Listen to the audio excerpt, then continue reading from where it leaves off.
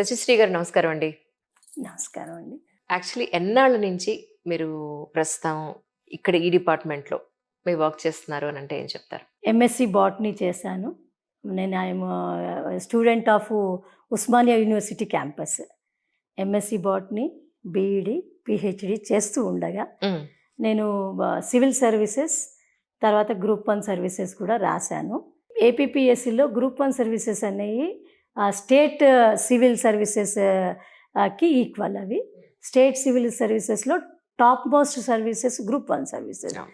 So, in the first attempt group 1 ఆఫీసర్‌గా నేను at the age of 22-23 మధ్యలో నేను గ్రూప్ 1 ఆఫీసర్‌గా సెలెక్ట్ అయ్యి, medical and health department allot అయ్యి, అక్కడ అడ్మినిస్ట్రేటివ్ ఆఫీసర్‌గా నా సర్వీస్ ప్రారంభించానండి. రత్నాలు ఎన్నో ఉంటాయి, కానీ నాణ్యమైన రత్నం అతి తక్కువ ధరకే లభించే ఏకైక సంస్థ 6JVR.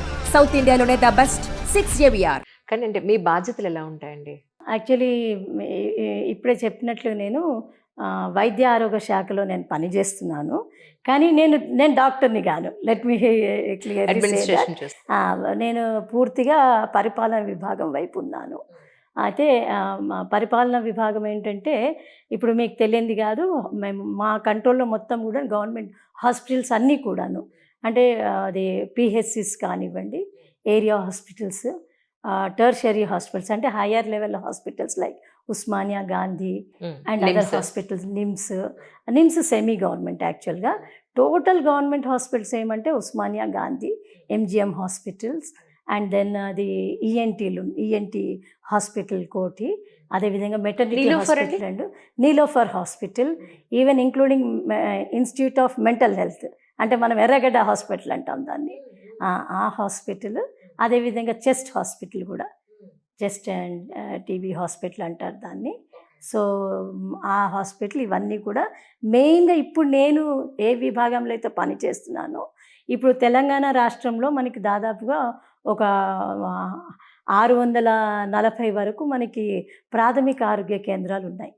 పీహెచ్‌సీస్ అంటాం వాటిని. ఓకే. ఆ పీహెచ్‌సీస్ అన్నీ కూడా డైరెక్ట్‌గా మా కంట్రోల్‌లోకి వస్తాయి. అక్కడ పనిచేసే డాక్టర్లు కానివ్వండి, నర్సింగ్ స్టాఫ్ కానివ్వండి, పారామెడికల్ స్టాఫ్ కానివ్వండి, వాళ్ళందరూ కూడా వాళ్ళు మాకు రిపోర్ట్ చేస్తారు. అయితే వాళ్ళకి అంటే ప్రజలకు సంబంధించిన అదే వాటెవర్ ద హెల్త్ ఇష్యూస్ ఏవైతే వాళ్ళు పబ్లిక్‌కి ఇస్తున్నారో, వాళ్ళు పబ్లిక్‌కి సర్వీస్ చేస్తే మేము వాళ్ళకి సర్వీస్ చేస్తాం. Right. In fact because whatever the service matters, వాళ్ళకి సంబంధించిన ఏ ఇష్యూస్ ఉన్నా, salary issues, other issues, service matters ఏమున్నా కూడాను doctors, paramedical staff, nursing staff వీళ్ళందరూ కూడా మేము సర్వీసెస్ ఇవ్వడమే కాకుండా హాస్పిటల్స్ డెవలప్‌మెంట్, అంటే ఉన్న హాస్పిటల్‌ని ఎలా డెవలప్ చేయాలా, కొత్త హాస్పిటల్‌ని ఏ విధంగా కట్టించాలా, వాటిని ఏ విధంగా అప్డేట్ చేయాలా, ఇవన్నీ కూడాను డిపార్ట్మెంట్ టేక్ కేర్ చేస్తుంది. అందులో నేను ఒక భాగం. అంటే రీసెంట్‌గా యాక్చువల్‌గా గవర్నమెంట్ హాస్పిటల్స్‌లో డాక్టర్స్ చాలా బాగా చూస్తారు. టు బి ఫ్రాంక్ వాళ్ళు వెల్ ఎక్స్‌పీరియన్స్‌డ్ ఉంటారు. అండ్ మోర్ ఓవర్ డయాగ్నోసిస్ చాలా ఫాస్ట్‌గా, ఈజీగా చేయగలుగుతారు. ఎందుకంటే వాళ్ళకంత ప్రాక్టీస్ ఉంటుంది యాక్చువల్లీ. రైట్. సో, నేనెక్కడ బాధపడతానంటే యాస్ ఎ జర్నలిస్ట్, నేను రీసెంట్‌గా నీలోఫర్‌కి one of my nearby person ఎవరుంటే చూడ్డానికి వెళ్ళాను అక్కడికి. వాళ్ళకేదో ఇష్యూ ఉందక్కడ. సమ్ మెడికల్ క్లెయిమ్ ఏదో ఉంటే వెళ్ళారు అక్కడికి. డాక్టర్ ఎంత క్వాలిఫైడ్, ఎంత చక్కగా డయాగ్నోసిస్ చేస్తున్నారో, ఆ ప్రిమిసెస్ అంతా నన్ను అంత బాధ పెట్టింది. రైట్. నిజంగా గవర్నమెంట్ హాస్పిటల్స్ కూడా ఎందుకంత హైజీన్‌గా లేకుండా మెయింటైన్ చేస్తున్నారో అన్న బాధొచ్చింది నాకు. ఈజ్ ఇట్ మనం ఇంత కాలమైనా, స్వాతంత్ర్యం వచ్చి ఇంత కాలమైనా కూడా గవర్నమెంట్ హాస్పిటల్స్‌ని, గవర్నమెంట్ స్కూల్స్‌ని ఎందుకు ఉద్ధరించుకోలేకపోతున్నా ఉంటారు? యాక్చువల్లీ మీ ప్రశ్నలోనే మీ జవాబు ఉంది నిజం మాట్లాడితే. But still I would like to elaborate. మీరన్నట్లుగా దానికి కొంచెము వివరంగా కరెక్ట్. చెప్పాల్సొస్తుంది. కరెక్ట్. సరే, జరిగిపోయిందంతా ఒక ఒక ఇది that is one period that is over. కానీ ప్రెజెంట్లీ గవర్నమెంట్ మాత్రము ప్రత్యేకంగా దృష్టి పెడుతుంది దీని మీద. ప్రెజెంట్ గవర్నమెంట్ ప్రత్యేకంగా దృష్టి పెడుతున్నారు. అదేమిటంటే హాస్పిటల్‌లో డాక్టర్ సర్వీసెస్, నర్సెస్ సర్వీసెస్ పేషెంట్‌కి ఎంత అవసరమో, ambience is also more important. At least నీట్‌గా ఉంటే చాలు. Cleanliness, sanitation, cleanliness, maintenance of the hospital, day to day maintenance of the hospital is also as important as ఏమంటారు మనకి ఆ నర్సింగ్ సర్వీసెస్, డాక్టర్ల సర్వీసులు ఎంత ముఖ్యమో అదేవిధంగా హాస్పిటల్ని మెయింటైన్ చేయడం కూడా అంతే ముఖ్యమైనది గవర్నమెంట్ వారు గుర్తించడం జరిగింది. ఆ దిశగా మేము ఇప్పుడు ప్రయత్నాలు కూడా మొదలుపెట్టాము. అంటే మేము కావాల్సినంత వారికి ఫండింగ్ కూడా ఇవ్వడానికి ప్రయత్నం చేస్తున్నాము. ఫండింగే కాదు, ఇందాక మనం అనుకున్నట్లు ఏంటంటే ఫండింగ్తో పాటు it's a mindset that should change. Exactly. Mindset that should change. Why? Because అన్నీ కూడా డబ్బులతో అయ్యే పనే కాదు. ఉన్న వాళ్ళతోనే, ఉన్న సిబ్బందితోనే అది ఉన్న పరిసరాలని పరిశుభ్రంగా పెట్టుకున్నప్పుడు యాక్చువల్గా మెయిన్ డిఫరెన్స్ మన గవర్నమెంట్ ప్రైవేట్ హాస్పిటల్లో అదే వస్తుంది. అవును. అక్కడ వి సీ ద అంబియన్స్, కొద్ది మొత్తము శుభ్రంగా పరిసరాలు ఉండడము, పేషెంట్లు కూర్చోవడానికి కంఫర్టబుల్గా సీటింగ్ అరేంజ్మెంట్ అది చేయడము, కొద్ది గొప్ప వాళ్ళు కూర్చున్నంతసేపు కొంత కాలక్షేపానికి కొంచెం కంఫర్టబుల్గా వాళ్ళని విజిటర్స్ లాంచ్ లాంటిది సీటింగ్ అరేంజ్మెంట్స్ ఇది ప్రాపర్గా చేయడం అక్కడ జరుగుతుంది. యాక్చువల్గా this appears to be small thing. కానీ మీ ప్రశ్న ఇందాక అడిగారు చూడండి, దానికి definitely I need to add to this. ఆ దిశగానే ఇప్పుడు మేము అంటే మీరు ఇందాక ఒక మాట చెప్పారు, మనకి ది బెస్ట్ డాక్టర్స్ ఉన్నారు government side. Nursing bed side nursing care కూడా ఎక్సలెంట్గా ఉంటుంది. అసలు బిల్డింగ్స్ ఎంత పెద్ద పెద్ద బిల్డింగ్స్ అండి, ప్రిమిసెస్ ఎంత పెద్దది, దాన్నే మనం చక్కగా తీర్చిదిద్దుకుంటే ఇక అంతకుమించి ఇంకేం కావాలి? దీని మీద తప్పకుండా మేము ప్రత్యేకమైన దృష్టి సారిస్తున్నామండి. అంటే ఇది యాక్చువల్గా గవర్నమెంట్ అఫీషియల్గా కొన్ని ఇంటర్నల్గా చేంజెస్ జరుగుతున్నాయి నేను చెప్పకూడదు.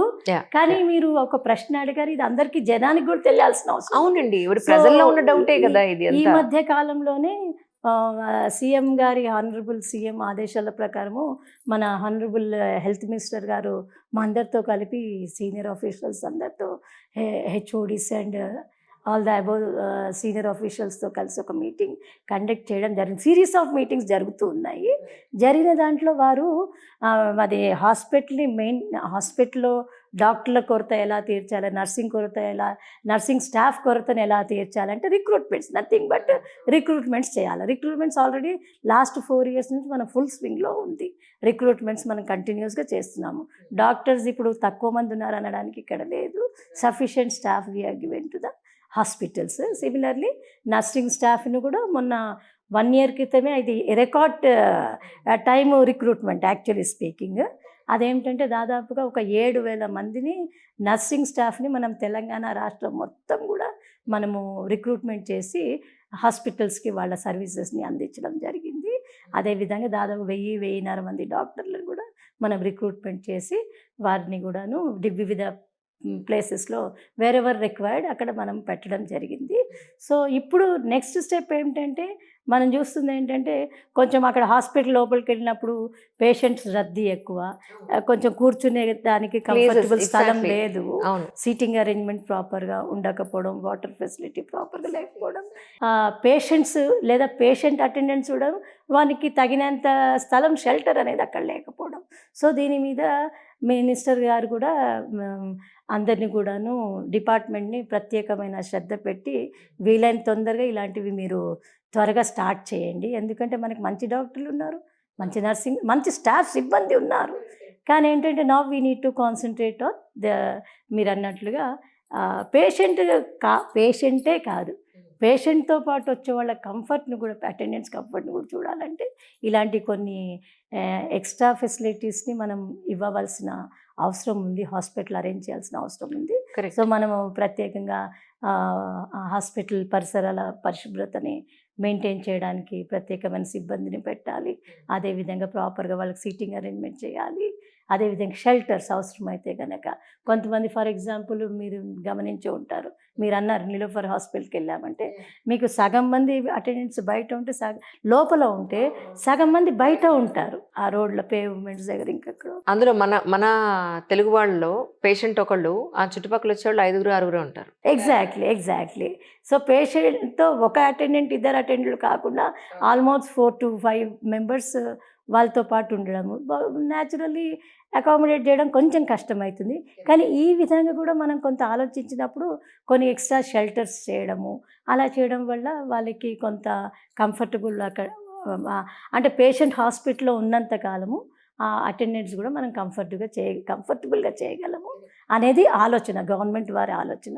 ఆ దిశగా మేము అడుగులు వేస్తున్నాము. And very shortly you will see the change. డెఫినెట్గా అలాంటి రిఫార్మ్స్ జరిగితే మాత్రం ఫస్ట్ మాకు చెప్పండి. తప్పకుండా. ఇంత నీట్గా అయింది ఇప్పుడు అని మేము కూడా చూపిస్తాం. ఎందుకంటే ఇప్పటి వరకు ఇది ఇంత హైజీన్గా లేదు అని చెప్పిన వాళ్ళమే రేపు అంతా మారిన తర్వాత, రిఫార్మ్స్ జరిగిన తర్వాత కూడా చూపించాలి కదా మరి. Definitely you will see the change. I will show you the change. Definitely. That's so nice, really that's so nice. Yes. జనరల్గా గవర్నమెంట్ హాస్పిటల్స్కి ఇప్పుడు మీరు చెప్పారు రకరకాల గవర్నమెంట్ హాస్పిటల్స్ ఇన్ తెలంగాణలో ఎస్పెషల్లీ ఎస్. వచ్చేవాళ్ళు ఎవరు అని అంటే డబ్బు ఉన్నవాళ్ళు ఎవరు జనరల్గా రారు. అంతేనండి. Poverty, below poverty, lower middle class people మాత్రమే వస్తారు అక్కడికి. ఎస్. అండ్ మోర్ ఓవర్ ఏంటి, వీళ్ళందరికీ కూడా సరైన ఏమంటారు ఆర్థిక వనరులు లేని పరిస్థితుల్లోనే అక్కడికి వస్తూ ఉంటారు. లేదు అక్కడ మంచి డాక్టర్ ఉన్నారు, ఒక సెకండ్ ఒపీనియన్ తీసుకుందాం అన్న పాయింట్లో ఎవరైనా డబ్బు ఉన్నవాళ్ళు కూడా బాగా తెలిసిన వాళ్ళు ఉంటే, ఇప్పుడు మీరున్నారు, మీ ద్వారా ఒక మంచి డాక్టర్తో ఒక ఒపీనియన్ తీసుకోవడానికి వస్తూ ఉంటారు. తప్పకుండా వస్తారు. కానీ ఇలాంటి సిచ్యువేషన్స్లో అంటే ఇప్పుడు ప్రస్తుతానికి ఉన్న అడ్మినిస్ట్రేషన్లో మీరు ఉన్నారు కాబట్టి గవర్నమెంట్ నుంచి ఒకానొకప్పుడు ఆరోగ్యశ్రీ అనేది ఉండేది. ఇప్పుడు ప్రస్తుతానికి వాళ్ళకు అందుబాటులో ఉన్న పథకాలు అంటే ఏమున్నాయండి, మనం ఏమైనా చెప్పుకోగలుగుతామా? I'm one of the few officers who started Arogyasri in both అంటే in the combined state. That's so nice. Yeah, combined state with a limited staff. We were 4 to 5 officers and with 10 or 15 members of the staff we started. అంటే మేము ఆరోగ్యశ్రీ ఆఫీస్ని start చేసాము. 2 సంవత్సరాల టైంలో మొత్తము state మొత్తం మేము ఆరోగ్యశ్రీ పథకాన్ని 23 డిస్ట్రిక్ట్స్, 23 డిస్ట్రిక్ట్స్. నేను చూశానండి నిజంగా ఆరోగ్యశ్రీ కింద మేజర్ ఆపరేషన్స్ పాపం చాలా మంది లేని వాళ్ళు చాలా యూజ్ అయింది. ఇది రాజశేఖర రెడ్డి గారి పుణ్యమని అనుకోవాలి ఈ విషయం. యాక్చువల్గా అప్పటికి ఇప్పుడు కూడా అది వాళ్ళకి ఏమంటారు, BPL population, especially poor and needy BPL population కాకుండా above BPL population, poverty line, above poverty line ఉన్న వాళ్ళకి కూడాను చాలామంది కూడా ఈ రోజు వరకు కూడా ఆరోగ్యశ్రీ అనేది వాళ్ళకి జనరల్ పబ్లిక్కి ఇన్ జనరల్ అండ్ పేషెంట్స్కి చాలామందికి అది ఇప్పుడు యూజ్ అవుతుంది. అంతేకాకుండా ఈ మధ్య కాలంలో మన గౌరవనీయులన్న సీఎం సార్ రేవంత్ రెడ్డి గారు కూడా ఆల్మోస్ట్ ఒక లిమిట్లో ఉన్న అమౌంట్ని కూడా ఎన్హాన్స్ చేశారు. వారు ఎన్హాన్స్ చేసి అంటే ఆరోగ్యశ్రీ పథకంని అందుకోవడానికి వీలుగా అంటే సామాన్య ప్రజలు, దారిద్ర్య రేఖ దిగువన ఎవరైతే ప్రజలు ఉన్నారో వాళ్ళందరూ కూడాను ఇంకా కొంచెము బెటర్గా సర్వీసెస్ తీసుకోవడానికి వీలుగా అంటే మేము స్టార్ట్ చేసినప్పుడు 2 లక్షల రూపాయలు 2 లక్షల రూపాయలు వాళ్ళకి ఖరీదైన వైద్యము వాళ్ళకి అందించబడేది. అంటే వాళ్ళ దగ్గర ఆరోగ్యశ్రీ కార్డు వాళ్ళకి మేము ఇవ్వడం జరిగింది. ఇచ్చిన తర్వాత వారు ఏ హాస్పిటల్కి వెళ్ళినా అంటే it may be government hospital, it may be private hospital వెళ్ళినప్పుడు వాళ్ళకి 2 lakhs వర్త్ ట్రీట్మెంట్ వాళ్ళకి ఫ్రీ ఆఫ్ కాస్ట్ ఇవ్వడం జరిగింది. దాన్నే ఈ రోజున రేవంత్ రెడ్డి సార్ 10 lakhsకి పెంచారు. రైట్, 10 lakhsకి పెంచారు. అంటే ఇక్కడ ఇంకొక విషయం నేను చెప్పాలి, అసలు దానికి what way patient will be helped అనేది మనం చెప్పాలి ఇక్కడ. దీంట్లో ఒక ఆరోగ్యశ్రీకి పథకానికి ఒక బ్యూటీ ఏమిటి అంటే జస్ట్ పేషెంట్ అటెండ్ దగ్గర ఆరోగ్యశ్రీ కార్డు ఉంటే చాలు. ఒక టైంలో ఏమయ్యేదంటే ఒక కార్పొరేట్ హాస్పిటల్ గడప దొక్కాలంటే సామాన్య మానవుడికి, సామాన్యమైన పేషెంట్కి అసలు అందని ద్రాక్ష అనుకోండి. జస్ట్ ఆయన అసలు అడుగు పెట్టాలంటే కూడా భయపడాల్సిన పరిస్థితి. ఇప్పుడు దర్జాగా ఆ కార్డు తీసుకెళ్ళి మనకు మేజర్ ఐడెంటిఫైడ్ డిసీజెస్ ఉన్నాయి. Heart diseases, kidney problem, neuro diseases, అదేవిధంగా అది పాలిట్రామా కేసెస్ ఉంటాయి, అంటే accident cases, major accident cases, orthopedic ఇవన్నీ ఉంటాయి. ఇవన్నీ కూడా మేజర్ డిసీజెస్ అన్నీ కూడా వాటిలో కవర్ కావడము. అంటే దీనికి ఒక చిన్నది బ్యాక్గ్రౌండ్ నేను చెప్తే బాగుంటుందేమో అనిపించింది నాకు. మీకు గుర్తుందో లేదో, అప్పుడు వైఎస్ఆర్ గారు సీఎంగా ఉన్నప్పుడు సీఎంఆర్ఎఫ్లో ఎవరికైనా ఒక పేషెంట్కి సీఎం రిలీఫ్ ఫండ్ ఇచ్చేవాళ్ళు. అంటే అప్పటికి ఆరోగ్యశ్రీ రాలేదు యాక్చువల్గా. సీఎం రిలీఫ్ ఫండ్ ఇచ్చేవారు. సీఎం రిలీఫ్ ఫండ్ అంటే ఆయనకి 15 లక్షలు ఖర్చు కావచ్చు. మీకు గుర్తుందో లేదో అపోలో హాస్పిటల్ లాంటిదో ఇంకొక అది కేర్ హాస్పిటల్ లాంటి దాంట్లో ఒక ఏమిటంటారు కిడ్నీ ట్రాన్స్ప్లాంటో లేకపోతే ఇంకో అలాంటివి ఏమైనా కొన్ని అవును, major bypass surgery, heart surgery జరిగిన ఇలాంటి కేసెస్లో it use to range from 10 lakhs to 15 lakhs, 15 to 20 lakhs వరకు కూడా వెళ్ళిపోయింది. ఉన్నాయి. అవును. కానీ గవర్నమెంట్ కూడా వారు సింపథెటిక్ వ్యూలో ఏం చేసేవారంటే ఎవరైనా పేషెంట్ ఇది మాకు ఇంత 15-20 లక్షలు ఖర్చు అయింది కాబట్టి మీరు మాకెంతో కొంత ఆర్థిక సహాయం చేయండి అన్నప్పుడు ఏమయ్యేది, మ్యాక్సిమం ప్రతి పేషెంట్కి ఒక 2 to 3 lakhs, max 4 to 5 lakhs ఇవ్వగలిగేవాళ్ళం సీఎం రిలీఫ్ ఫండ్ కింద. సో ఇదంతా చూసిన తర్వాత అలా చాలామంది ఆ విధంగా వేల మంది లక్షల మంది బెనిఫిట్ పొందిన పరిస్థితులు కూడా ఉన్నాయి. కానీ by that time they have sold out their houses, they have sold out their property, they have sold out their jewellery. అంటే వాళ్ళ ఒంటిని అన్ని గుల్ల చేసుకొని చివరికి అంటే కొన్నిసార్లు ప్రాణాలు కూడా దక్కని పరిస్థితి అయిపోయిన తర్వాత లక్షలు ఖర్చు పెట్టిన తర్వాత ఎంతో కొంత గవర్నమెంట్ ఆర్థిక సహాయం అయితే చేసేది. కానీ తర్వాత ఈ ఆరోగ్యశ్రీ అనే పథకం రూపొందిందే అక్కడి నుంచి అనమాట. మనం ఇలా 2 లక్షలు, 3 లక్షలు, 4 లక్షలు ఎంతమందికి ఎంతకాలంగా ఇవ్వగలం మనము? దాని బదులుగా మనము గవర్నమెంటే పేషెంట్ తరఫు నుంచి హాస్పిటల్కి పేమెంట్ చేస్తుంది. Some amount, some fixed amount. అదే ఇప్పుడు నాకు కూడా డౌట్ ఉంది యాక్చువల్లీ. కార్డు ఉంది అని అనగానే అవునండి, అంటే ఏ హాస్పిటల్ అయితే వీళ్ళు ట్రీట్మెంట్ తీసుకుంటారో ఆ హాస్పిటల్ గవర్నమెంట్ పే చేస్తుందండి? గవర్నమెంటే పే చేస్తుందండి. కేవలం అది ఆయనకు ఉండే ప్రివిలేజ్ ఒకటి, ఆయనకు ఉండాల్సిన ప్రివిలేజ్ ఒకటే. పేషెంట్కి ఏమంటే if he has Aarogyasri card then he can very well go to the any hospital. అది కార్పొరేట్ హాస్పిటల్ కావచ్చు లేదా గవర్నమెంట్ హాస్పిటల్ కావచ్చు. అయితే ఇక్కడ కొంచెం తేడా ఉంది. అదేంటంటే అన్ని ప్రొసీజర్స్ కవర్ కావు. అవును, అన్ని హాస్పిటల్లో కూడా ఇవ్వరు. అన్ని హాస్పిటల్ ఇవ్వరు, అన్ని ప్రొసీజర్ అన్ని చోట్ల కవర్ కావు. కాబట్టి ఎక్కడైతే అవి కవర్ అవుతాయో అక్కడికి వెళ్ళి ఆ ట్రీట్మెంట్ వాళ్ళు తీసుకుంటే కనుక, అంటే సింపుల్ నేను చెప్పాలంటే ఒక పేషెంట్ ఆరోగ్యశ్రీ కార్డు తీసుకెళ్ళి దాదాపుగా 10 లక్షల విలువైన ట్రీట్మెంట్ ఆయన తీసుకొని ఒక పైసా జేబులో ఒక పైసా ఖర్చు చేయకుండా he can come out happily అనమాట. This is the beauty of the scheme.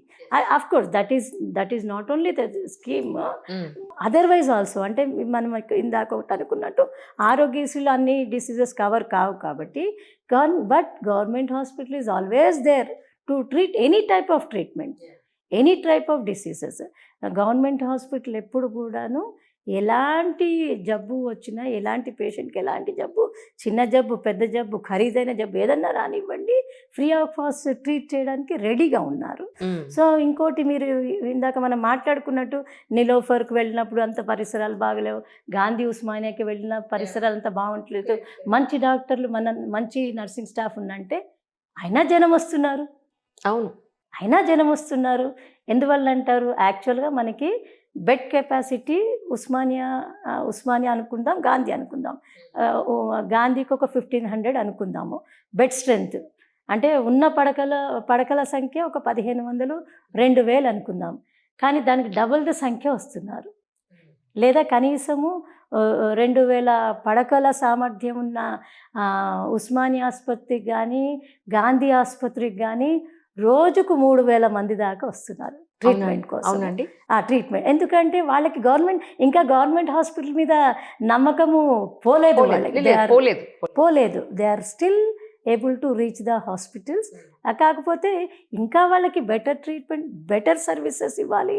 కాబట్టి మనము ఇంకా కొంచెము హాస్పిటల్ని ఇంకొంచెం మనము దాన్ని బెటర్మెంట్ దిశగా తీసుకెళ్తే బాగుంటుంది అనేది గవర్నమెంట్ ఆలోచన, ప్రజల ఆలోచన ఎలాగో ఉంది.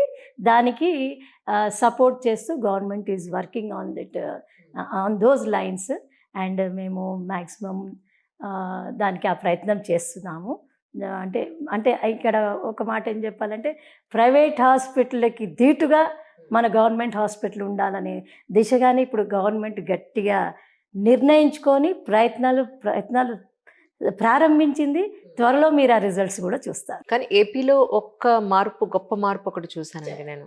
అంటే నాడు నేడు అనే ఒక కార్యక్రమంలో నేనే వెళ్ళి కవర్ చేశాను ఆ ప్రోగ్రామ్. అందుకని నేను అంత నమ్మకంగా చెప్పగలుగుతున్నాను. గవర్నమెంట్తో నాకు సంబంధం లేదు, అధికార పార్టీతో నాకు సంబంధం లేదు. తప్పకుండా. బట్ గవర్నమెంట్ స్కూల్స్ని దే హ్యావ్ చేంజ్. అదంటే అసలు కార్పొరేట్ స్కూల్స్కి ధీటుగా వాళ్ళు తయారు చేశారు. That I felt so happy. ఎందుకంటే నేను కూడా గవర్నమెంట్ స్కూల్లో చదువుకున్న మనిషిని కాబట్టి ఆ బెంచెస్ వాళ్ళు, బోర్డు కానీ, వాళ్ళకి ఇచ్చిన ఫెసిలిటీస్ కానీ, వాష్రూమ్స్ కానీ, అంబియన్స్ కానీ చాలా బాగా చేశారు. అది మాత్రం అలా గవర్నమెంట్ హాస్పిటల్స్ కూడా అయితే 2 తెలుగు రాష్ట్రాల్లో ఎంతకు మించిన సంతోషం కూడా ఉండదు కదా అని నా ఉద్దేశం. అంతే. తప్పకుండా మీ సలహాని మేము స్వీకరిస్తాము. ఆ దిశగా మేము ప్రయత్నం చేస్తాము. త్వరలో మీరు ఫలితాలు కూడా చూస్తారు. తప్పకుండా అండి. అంటే మీ ఉద్దేశ ప్రకారం ఇప్పుడు ఇప్పుడు తెలంగాణ, ఎస్పెషల్లీ ఇన్ తెలంగాణలో, అంటే మీరు తెలంగాణ ఒకటే చూస్తున్నారు కదా, రైట్? ప్రస్తుతం యా. ప్రస్తుతం. సో పర్ డేకి 3000 మంది, దట్స్ మినిమం కౌంట్ అండి యాక్చువల్లీ. అయ్యా, అంటే ఐపీ ఓపీ ఉంటుందిలేండి. ఐపీ కొంత తక్కువ ఉంటుంది, అందరు ఇన్ పేషెంట్లు కారు అవును కాబట్టి కదా, అవును కదా. కొంత ఉంటుంది. కానీ అవుట్ పేషెంట్ మాత్రం రెగ్యులర్గా ఉంటుంది మనకి. అంటే అంటే ఆసుపత్రి పడకల సామర్థ్యానికి మించి మనకి పేషెంట్స్ వస్తుంటారు. అంటే that is other way I need to tell you that ఎన్ని ప్రైవేట్ హాస్పిటల్ వచ్చినా, ఎంతమంది ప్రైవేట్ హాస్పిటల్కి వచ్చినా, పూర్ అండ్ నీడీ మాత్రము డెఫినెట్లీ. ఇంకోటి గవర్నమెంట్ హాస్పిటల్ మీద నమ్మకం ఉన్నవాళ్ళు కూడా, అంటే మంచి డాక్టర్లు ఉన్నారు, మంచి సర్వీస్ దొరుకుతుంది అనుకున్న వాళ్ళు తప్పకుండా ఈరోజు కూడా వాళ్ళు వస్తున్నారు, ట్రీట్మెంట్ తీసుకుంటున్నారు, సర్వీసెస్ తీసుకుంటున్నారు. కానీ సర్జికల్ పాయింట్ ఆఫ్ వ్యూలో, సర్జరీస్ పాయింట్ ఆఫ్ వ్యూలో గవర్నమెంట్ హాస్పిటల్స్ అంత అప్డేట్ అయ్యాయా అంటే అండి? తప్పకుండా. అంటే మీరు అనుకున్నంత ఎక్కువ ఫలితము రాకపోయి ఉండొచ్చు, కానీ మోడర్న్ ఎక్విప్మెంట్ చాలా చోట్ల వచ్చిందండి. అంటే they have major surgeries, high end సర్జరీకి సంబంధించిన ప్రాపర్ ఎక్విప్మెంట్ అంతా కూడా మేము సమకూరుస్తున్నాము. హాస్పిటల్ అన్నిటి కూడా ప్రాపర్ వేలో మేము సమకూరుస్తున్నాము. అదేవిధంగాను అంటే అప్డేట్ కూడా చేసుకుంటున్నాం మేము. ఎక్విప్మెంట్ని అప్డేట్ చేసుకోవడము, దాని తగిన స్పెషలిస్టులు కూడా ఎంగేజ్ చేసుకుంటున్నాము, అది మేము చేస్తున్నాము. అందువల్ల కూడా పేషెంట్ నంబర్ పెరుగుతుంది.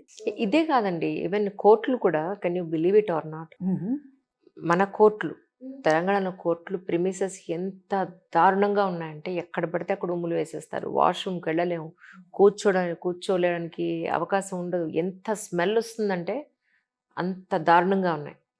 అంటే నేనేమంటున్నా అంటే, మనం కట్టే ప్రతి ఒక్క రూపాయి పన్ను రూపంలో గవర్నమెంట్కి ఆదాయం ఏదైతే పెడుతుందో తప్పకుండా అది ఎక్కడికి పోతుంది? వీళ్ళంతా అనకూడదు కానీ, అంటే నాకు ఏ పార్టీతో సంబంధం లేదు, ఏ గవర్నమెంట్తో నాకు సంబంధం లేదు. But the thing is, as a జర్నలిస్ట్గా, యాజ్ ఎ ఇండియన్ సిటిజన్గా అడిగే హక్కు నాకు ఉంది కాబట్టి మాట్లాడడమే ముందు. తప్పకుండా. కానీ ఎంతవరకు వీళ్ళ పిల్లలు, వాళ్ళ మనవలు, ముని మనవలు సంపాదించుకునేంత కూడా సంపాదించేసినా కూడా గవర్నమెంట్లో వచ్చిన ఆదాయాన్ని మొత్తం కొంత కాకపోతే కొంత తినైనా కొంత చేయాలి కదండి. బట్ ఎంత చేయొచ్చో నిజంగా మాకు అనిపిస్తూ ఉంటుంది. ఇన్ని కనపడుతున్నారే కదా నాయన, ఇన్నింట్లో మీకు ఏది కనపట్టలేదా? అసలు కోర్టులు ఎంత దారుణంగా ఉన్నాయంటే, అంటే గవర్నమెంట్ ఆఫీస్ అని అంటే ఇగో ఇంత చెత్తలా ఉంటుంది, గవర్నమెంట్ హాస్పిటల్ అంటే ఇది ఇంతే, లేదా కోర్టులు ఇది గవర్నమెంట్ పరిధిలో ఉంది కాబట్టి ఇది ఇంతే అనేంతగా మనకు అలవాటు చేసేసింది ఈ సొసైటీ. ఇది ఇలా కాదు ఉండాల్సింది, మనం అందరం క్వశ్చన్ చేయాలి డెఫినెట్గా. ఇది మారాలి, లేదా మనం మారదాం, మన దగ్గర నుంచి మార్పు తీసుకొద్దాం అన్నది కూడా, అంటే ప్రక్షాళన అనేది ప్రతి చోట చేయాల్సిందే. Correct. First of all awareness, secondly motivation from higher level వచ్చినప్పుడు డెఫినెట్లీ కింది లెవెల్లో వాళ్ళు మారుతారు. ఆ పరిస్థితుల్లో కూడా మార్పు వస్తుంది. I'm sure it has started now. మేము కూడా, అంటే ఇప్పుడు మీరు అన్నారు చూడండి, నెక్స్ట్ టైం మీరు కొంచెం చూస్తారు. అంటే మరీ అంత పాతకాలంలో ఉన్నంత విధంగా గవర్నమెంట్ ఆఫీసెస్ లేకుండాను we're trying our best to improve the premises as such in all the manners.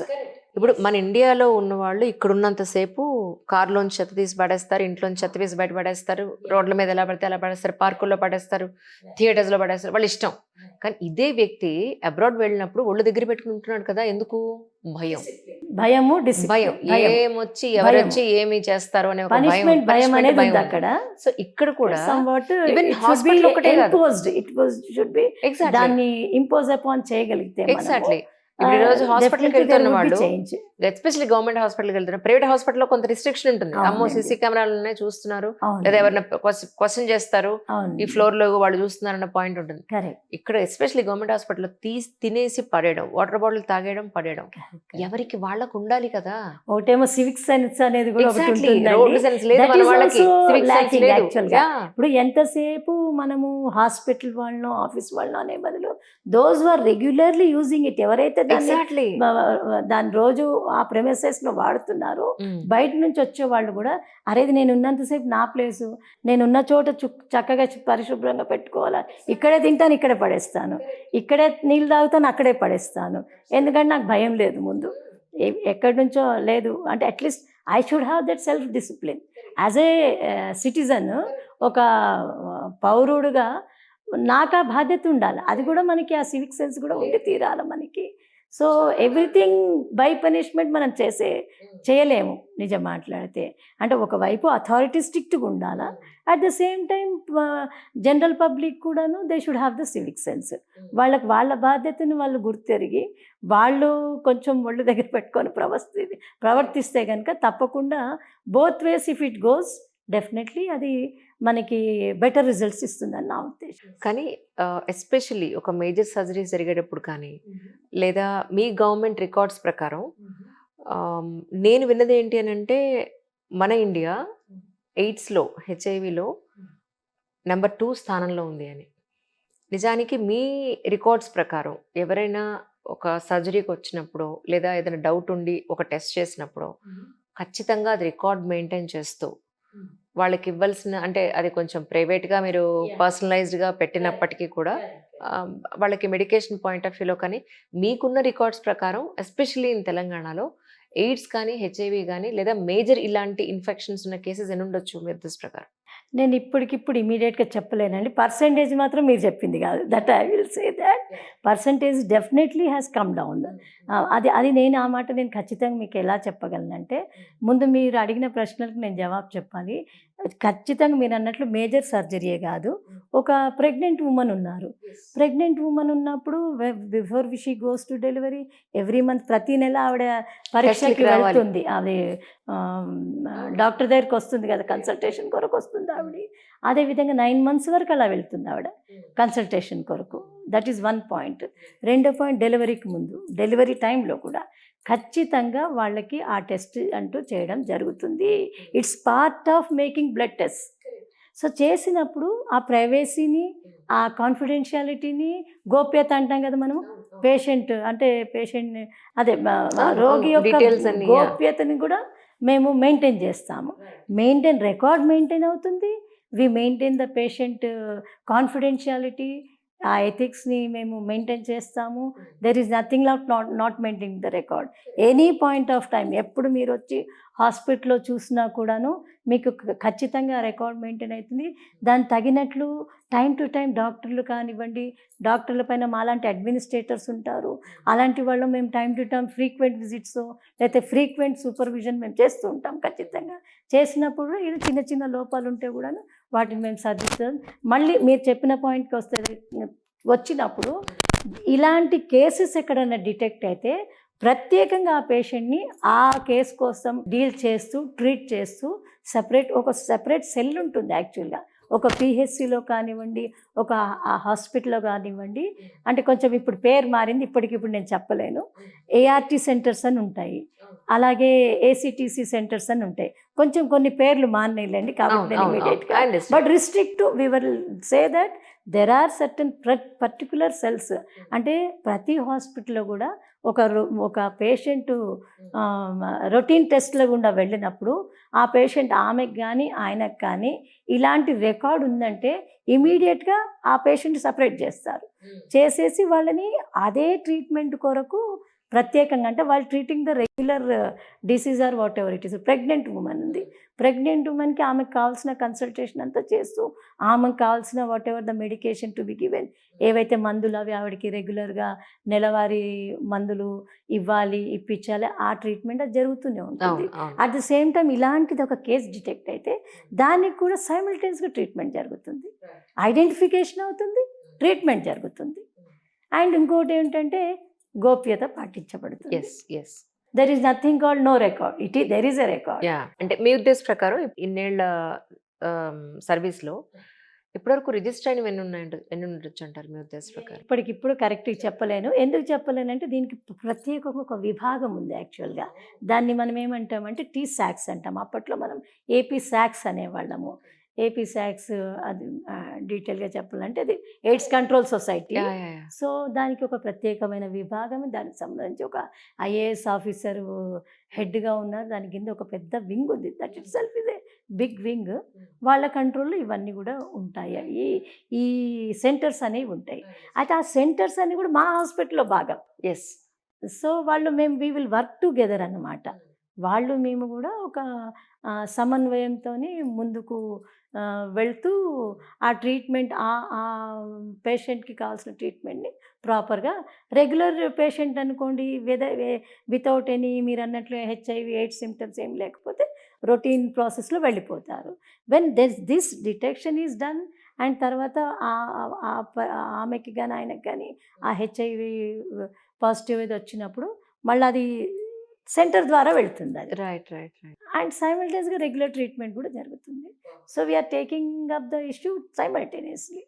Nothing like ignoring or ఐసోలేషన్లో జరగడం అనేది జరగదండి.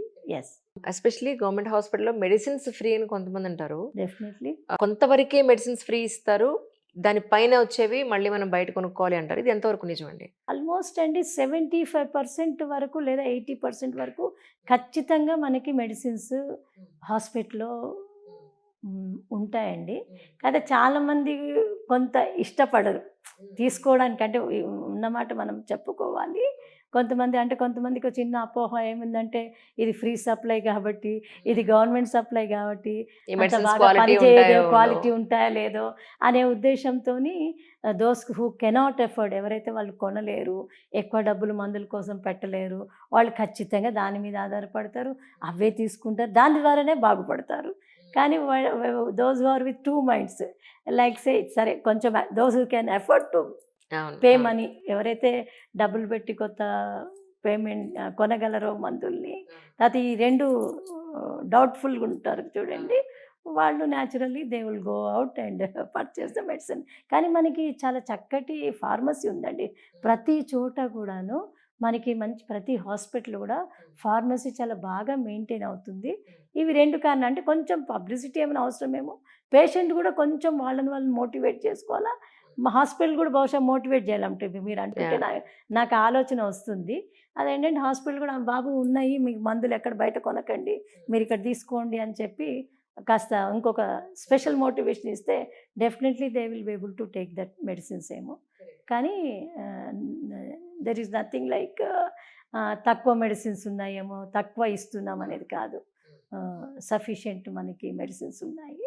అంటే బయట ప్రైవేట్ హాస్పిటల్స్లో వాళ్ళు ఒక టెస్ట్ రాస్తారు అని అంటే ఆ డయాగ్నోస్టిక్ సెంటర్ నుంచి వీళ్ళకి కమిషన్స్ వెళ్తాయి ఇన్ జనరలీ. అంటే ఇప్పుడు జరుగుతుంది, it's open secret for every one. మీరు నేను కాదనన్నా సొసైటీకి తెలుసు జనాలకి ఏంటి ఎగ్జాక్ట్గా అనేది. అండ్ మోర్ ఓవర్ మెడిసిన్స్ కూడా ఒక పర్టికులర్ కంపెనీ మెడిసిన్ వీళ్ళు రాస్తున్నారు అని అంటే దాన్ని వీళ్ళు ప్రమోట్ చేస్తున్నట్టు ఆ రిప్రజెంటేటివ్ వచ్చినప్పుడు కూడా వీళ్ళకి సంబంధించిన కమిషన్స్ వీళ్ళకి వెళ్తూ ఉంటాయి.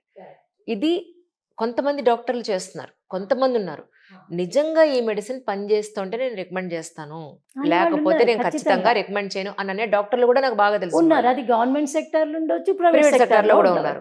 ఖచ్చితంగా. ఎలా అంటే ఇప్పుడు షల్కల్ మనకి ఎలా అయితే కంపెనీ గవర్నమెంట్ బ్యాన్ చేసిందో, సో అంతకు ముందు అంతా కూడా షల్కల్ ని చాలా మంది ప్రమోట్ చేశారు. అందులో ఏమీ లేదు అని ఒకసారి చెప్పిన తర్వాత దాన్ని బ్యాన్ చేశారు.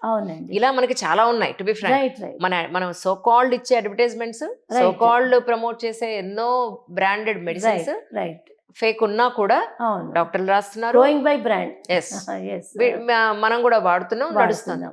నిజానికి గవర్నమెంట్ హాస్పిటల్లో ఏ రూల్ ఫాలో అవుతున్నారు అంటే ఎగ్జాక్ట్ మెడిసిన్ ఏది పనిచేస్తుంది, బ్రాండ్ ద్వారా వెళ్తున్నారా లేదా ఎలా ఒక మెడిసిన్ ని ఫాలో అవుతారంటే ఏం చెప్తారు? బ్రాండ్ అనే కంటే మాకు స్పెసిఫిక్గా అంటే మాకు దీనికి ఇంకొక మాట మీకు చెప్పాలి నేను. మా దగ్గర ప్రత్యేకంగా ఒక డ్రగ్ కంట్రోల్ వింగ్ ఉంటుంది మాకు దీనికి సంబంధించి. What are the drugs to be given to the patient, what are the drugs to be, అంటే ఏ డ్రగ్స్ మనము కొనవచ్చు, గవర్నమెంట్ సప్లై కొరకు కొనవచ్చు. అదేవిధంగా గవర్నమెంట్ హాస్పిటల్ నుండి పేషెంట్స్కి ఎలాంటి డ్రగ్స్ మనం ఇవ్వవచ్చు. అంటే నాణ్యమైన మందులు తక్కువ ధరకు, రైట్. తక్కువ ధరకు నాణ్యమైన మందులు. ఇదే స్లోగన్ మేము చెప్పాలంటే. దాన్ని కంట్రోల్ చేయడానికి డ్రగ్ కంట్రోల్ డిపార్ట్మెంట్. దాన్ని కొని గవర్నమెంట్ హాస్పిటల్ సప్లై చేసి దాని ద్వారా పేషెంట్స్కి వెళ్ళే విధంగా చేసేవారు ఎవరంటే మన దగ్గర ఇంకొక వింగ్ ఉంది అక్కడ మన దగ్గర. అంటే TGMIDC అంటారు దానికి. అంటే development corporation infrastructure, medical and infrastructure development corporation అని ఉంది. ఆ విధంగా దానికి కూడా ఒక IAS IPS ఆఫీసరు దానికి హెడ్గా ఉంటారు. ఉండేసి they monitor with a very big wing అనమాట. వాళ్ళ కింద పెద్ద సిబ్బంది ఉంటారు వాళ్ళకి. దీని ద్వారా వాళ్ళు అంటే టెండర్స్ ద్వారా, ప్రాపర్ టెండరింగ్ వే ద్వారా వాళ్ళు మందుల్ని బల్క్లో కొనడము, దాని నాణ్యతని పరీక్షించడం అంటే కమిటీ ఉంటుంది దానికి. ఇప్పుడు ఫర్ ఎగ్జాంపుల్ ఒకటి ఏదైనా డ్రగ్ కొనాలనుకోండి, ఒక 100 హాస్పిటల్కి మేము డ్రగ్ సప్లై చేయాలంటే డెఫినెట్లీ మేము అది కొనాలంటే ఒక పర్టికులర్ దాన్ని క్వాలిటీ చూడాలి. Quality experts will be there. ఆ కమిటీలో క్వాలిటీ ఎక్స్పర్ట్స్ ఉంటారు. వాళ్ళు ఐడెంటిఫై చేస్తారు. ఐడెంటిఫై చేసి మన గవర్నమెంట్ బడ్జెట్ తగ్గిన విధంగా, but no compromise with the quality. Public health కాబట్టి ఎగ్జాక్ట్లీ ఆ విధంగా మేము ముందుకు వెళ్తాము. ఆ విధంగా ఇవ్వడం జరుగుతుందండి. కానీ సొసైటీలో నేను చూస్తుంది ఏంటంటేనండి, అంటే not only with doctors, not only with hospitals, A service తీసుకున్నా సరే చివరికి మన ఇంట్లో పని చేసేవాళ్ళు పనివాళ్ళైనా, లేదు ఒక ఇంజనీరింగ్ వర్క్ అయినా, ఒక బిల్డర్ అయినా, ఎక్కడైనా సరే మనం ₹1 తీసుకుంటున్నాం, దీనికి తగ్గ మనసా వాచా కర్మణ ఈ పని 100% మనం ఇవ్వాలి అనేది అయితే తగ్గిపోయింది మనుషుల్లో.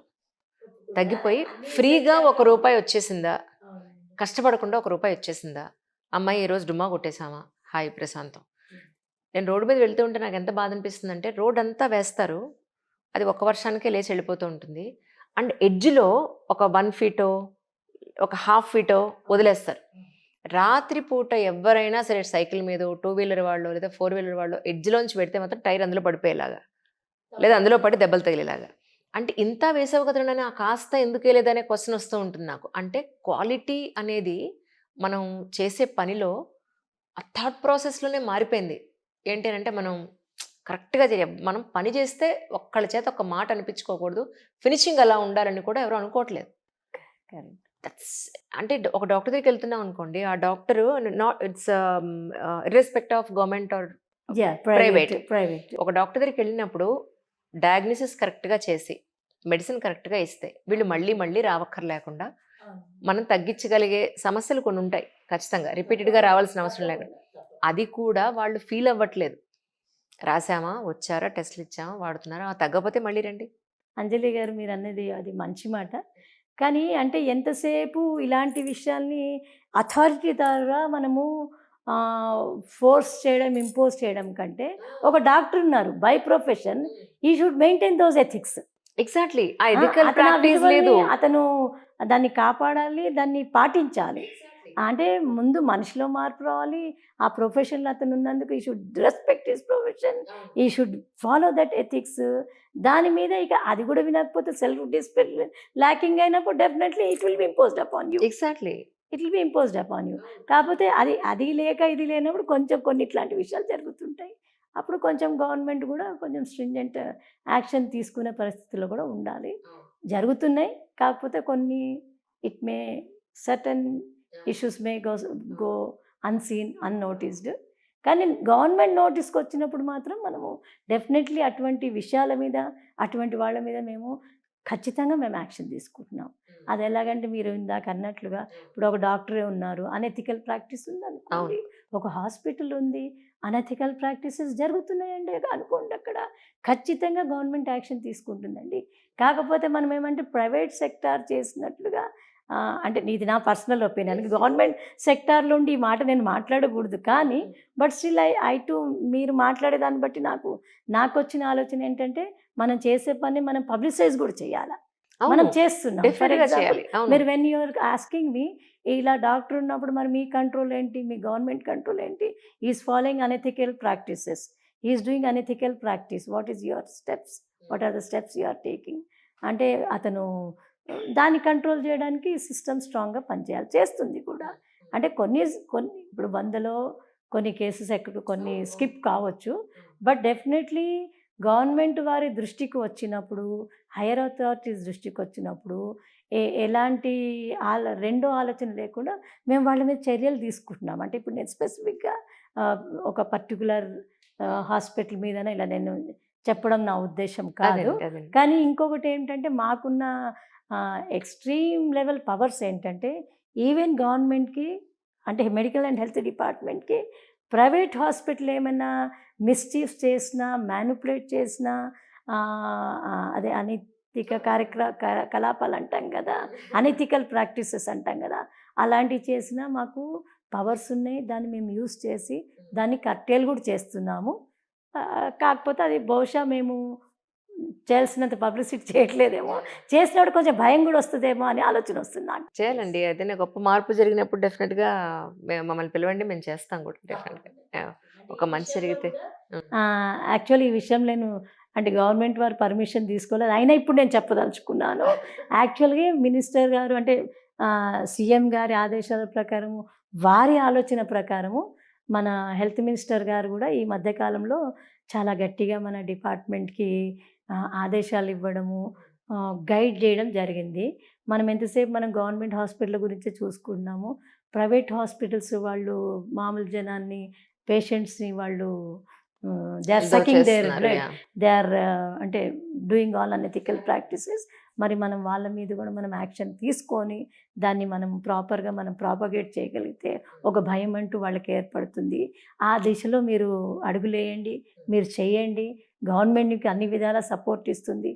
అంటే ఈ విషయం కూడా చెప్పాలి, పెద్ద పెద్ద హాస్పిటల్ ఉన్నాయి, వాళ్ళు మామూలుగా గవర్నమెంట్ ఆఫీషియల్స్ అంటే ఏముందిలే వస్తారు వెళ్తారు, రిపోర్ట్ రాస్తారు వెళ్ళిపోతారు, మళ్ళీ మనం చూసుకుందామనే ఆలోచనలో ఉంటారు. చాలా గొప్ప ఆలోచన. మొన్న మధ్యలోనే మేము ఒక మీటింగ్లో మినిస్టర్ గారితో ఉన్నప్పుడు వారు ఒక మాట ఉన్నారు, మీకు అవసరమైతే మేము పోలీస్ ప్రొటెక్షన్ కూడా ఇస్తాము, చేయండి, మీరు చేయండి, మేము ఉన్నాము వెనక, కంట్రోల్ చేయండి వాళ్ళని. ఎందుకంటే they should not think that they are వాళ్ళదొక సపరేట్ సామ్రాజ్యము, వాళ్ళే అంటే they are the authority, government has no control అంటే మామూలు జనానికి కూడా కొంత ఆలోచన ఉంది.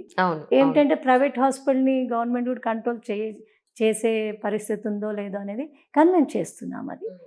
ఇంకా గట్టిగా ప్రయత్నాలు ఇప్పుడు చేస్తున్నాం. అంటే అలాంటివి ఒకవేళ అంటే ఏమైనా నెగిటివ్ ఇష్యూస్ ఏదైనా ప్రైవేట్ హాస్పిటల్స్ మీద వచ్చినప్పుడు మేము వాటి మీద ఎంక్వైరీ చేయడము, అవసరమైన చోట వాళ్ళని డీలిస్ట్ చేయడము, డీఎన్పాల్మెంట్ చేయడము, మళ్ళీ వాళ్ళ కరెక్షన్ చేసుకొని రెక్టిఫై చేసుకొని మా దగ్గరకు వచ్చి ఇది మేము చేసిన రెక్టిఫికేషను, సో మాకు మళ్ళీ ఎన్పానల్ చేయండి అన్నప్పుడే మళ్ళీ ఎన్పానల్ చేస్తున్నాం వాళ్ళకి. So this is what we're doing. మీ సర్వీస్లో ఇప్పటి వరకు మేజర్గా ఇది జరిగింది, దీనికి మేము ఇలా ఒక డాక్టర్ పాయింట్ ఆఫ్ వ్యూలో కానీ, ఒక హాస్పిటల్ పాయింట్ ఆఫ్ వ్యూలో కానీ ఇలాంటి నిర్ణయం తీసుకున్నాం ఇంత స్ట్రాంగ్గా అనేది ఎప్పుడైనా జరిగిందండి? యాక్చువల్లీ మనము అంటే హాస్పిటల్స్ని మనము ఎన్పానల్మెంట్ చేస్తాము ఒక స్కీమ్ కింద కానీ, లేకపోతే అంటే వీటిని గవర్నమెంట్ కంట్రోల్కి తేవడానికి తీసుకొని వస్తాము. సో ఇంకా అంటే నేను పేరు చెప్పదలుచుకోలేదు, హాస్పిటల్ పేరు వద్దు, డిస్ట్రిక్ట్ పేరు వద్దు, సిమిలర్లీ ఏ పార్టీ వద్దు, ఏ గవర్నమెంట్లో జరిగింది అనేది వద్దు మనకి. So it is a very వివైపికి చెందిన హాస్పిటల్ అది. హాస్పిటల్ అయితే నేను ఇంకా ఎక్కువ చెప్పాలంటే సీఎం గారు ఎవరనేది వదిలిపెడితే సీఎం గారికి చాలా క్లోజ్ ఉన్న వారి హాస్పిటల్. కానీ ఒకానొక టైంలో దాని మీద చాలా మేజర్ కంప్లైంట్ వచ్చింది. వచ్చిన తర్వాత మేము మా officers and higher ups permission తీసుకొని ఆ హాస్పిటల్ సీజ్ చేయడం జరిగింది, డీలిస్ట్ చేయడం జరిగింది. జరిగిన తర్వాత వాళ్ళు న్యాచురల్లీ సీఎం గారి బంధువులో వాళ్ళ close and near and dear కావచ్చు, definitely they will run to the CM గారు, ఆనరబుల్ సీఎం గారు, sir this is happening, you tell them to reopen, delist నుంచి లిస్ట్లోకి తీసుకురమ్మని చెప్పండి అది మాత్రం నేను చెప్పనన్నారు సీఎం గారు. అది మాత్రం నేను చెప్పను. వాళ్ళు ఏదో మీకు కరెక్షన్ చేసుకొని రమ్మన్నారు కదా, ఆ కరెక్షన్ మీరు చేసుకొని రండి. సార్ 6 నెలలు అవుతుంది సార్, సంవత్సరం అవుతుంది సార్, మాకు దాన్ని చేయడానికి కోసం 3 కోట్లు ఖర్చు పెట్టాలా, 4 కోట్లు ఖర్చు పెట్టాలంటే మీరు లిస్ట్లో ఉండాలి, మీరు సర్జరీస్ చేయాలి, ట్రీట్మెంట్ చేయాలి, మీకు గవర్నమెంట్ నుంచి డబ్బులు రావాలంటే డెఫినెట్గా రెక్టిఫికేషన్ మీరు చేసుకొని రండి. వాళ్ళే మళ్ళీ మీకు మళ్ళీ వాళ్ళు ఇన్స్పెక్షన్కి వస్తారు. ఏదైతే వాళ్ళు తప్పులు పట్టుకున్నారో అది మీరు రెక్టిఫై చేసి చూపించినప్పుడు మీరు వాళ్ళు సాటిస్ఫై అయితే ఆటోమేటిక్గా వాళ్ళు లిస్ట్ చేస్తారు మళ్ళీ. కాబట్టి don't come to me till you rectify that అని. అలాంటి మనుషుల అవసరం నిజంగా. Correct. ప్రస్తుత Correct. సమాజానికి ఎందుకంటే అలాంటి మనుషులు ఇవి కూడా చూసిన పాజిటివ్ సైన్స్ ఫ్రమ్ గవర్నమెంట్ చూశాను. కాకపోతే it may not B right at this time to mention any person's name, hospital name or government's name. But it does happen. కాకపోతే మనము కొన్ని రివీల్ చేయలేం కాబట్టి, but this will definitely happen అండి. అలాంటివి కూడా జరుగుతుంటాయి. అంటే సాక్షాత్తు సీఎం గారే నువ్వు అది రెక్టిఫై చేసావు, నా దగ్గర రాకు బాబు అని చెప్పిన పరిస్థితి ఉంది. నువ్వు వాళ్ళ దగ్గరికే వెళ్ళు, కరెక్ట్ చేసినాక వాళ్ళ దగ్గరికి వెళ్ళు, వాళ్ళు ఓకే అంటే వాళ్ళే మళ్ళీ if everything is fine they will enlist you, come back and tell me that you have done it.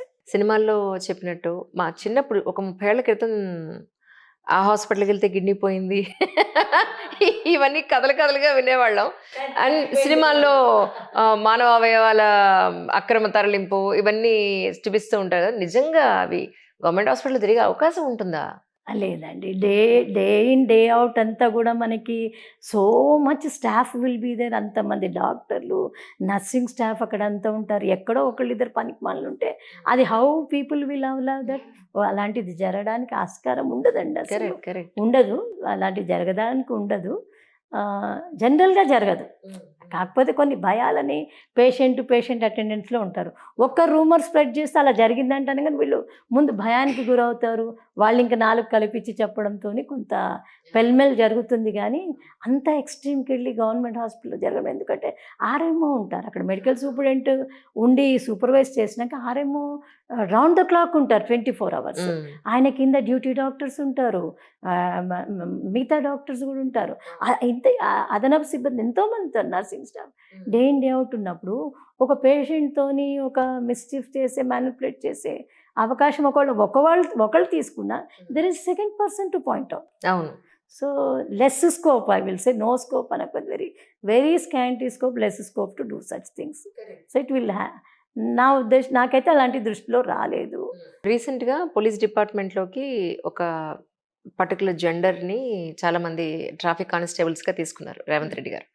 అంటే నాకు ఇప్పుడు మీతో మాట్లాడుతుంటే నాకు ఒక థాట్ వచ్చిందంటే, మీ గవర్నమెంట్ హాస్పిటల్స్లో కూడా ఫ్లోర్కి వచ్చి లేదా ఒక బ్లాక్కి వచ్చి ఒకళ్ళనో ఇద్దరినో మీరు ఆ పర్టికులర్ జెండర్ నుంచి కనుక మీరు తీసుకుంటే వర్క్కి, అంటే ఎక్కువ శాలరీస్ కాకుండా అట్లీస్ట్ అక్కడున్న ప్రదేశం నీట్గా ఉంచడానికి, ఎవరు వచ్చిన పేషెంట్స్ అందరూ కూడా అక్కడ ఎక్కడ పడితే అలా అక్కడ చెత్త పడేయకుండా ఉండడానికి చిన్నగా వాళ్ళకి ఉపాధి కల్పించినట్టు ఉంటుంది.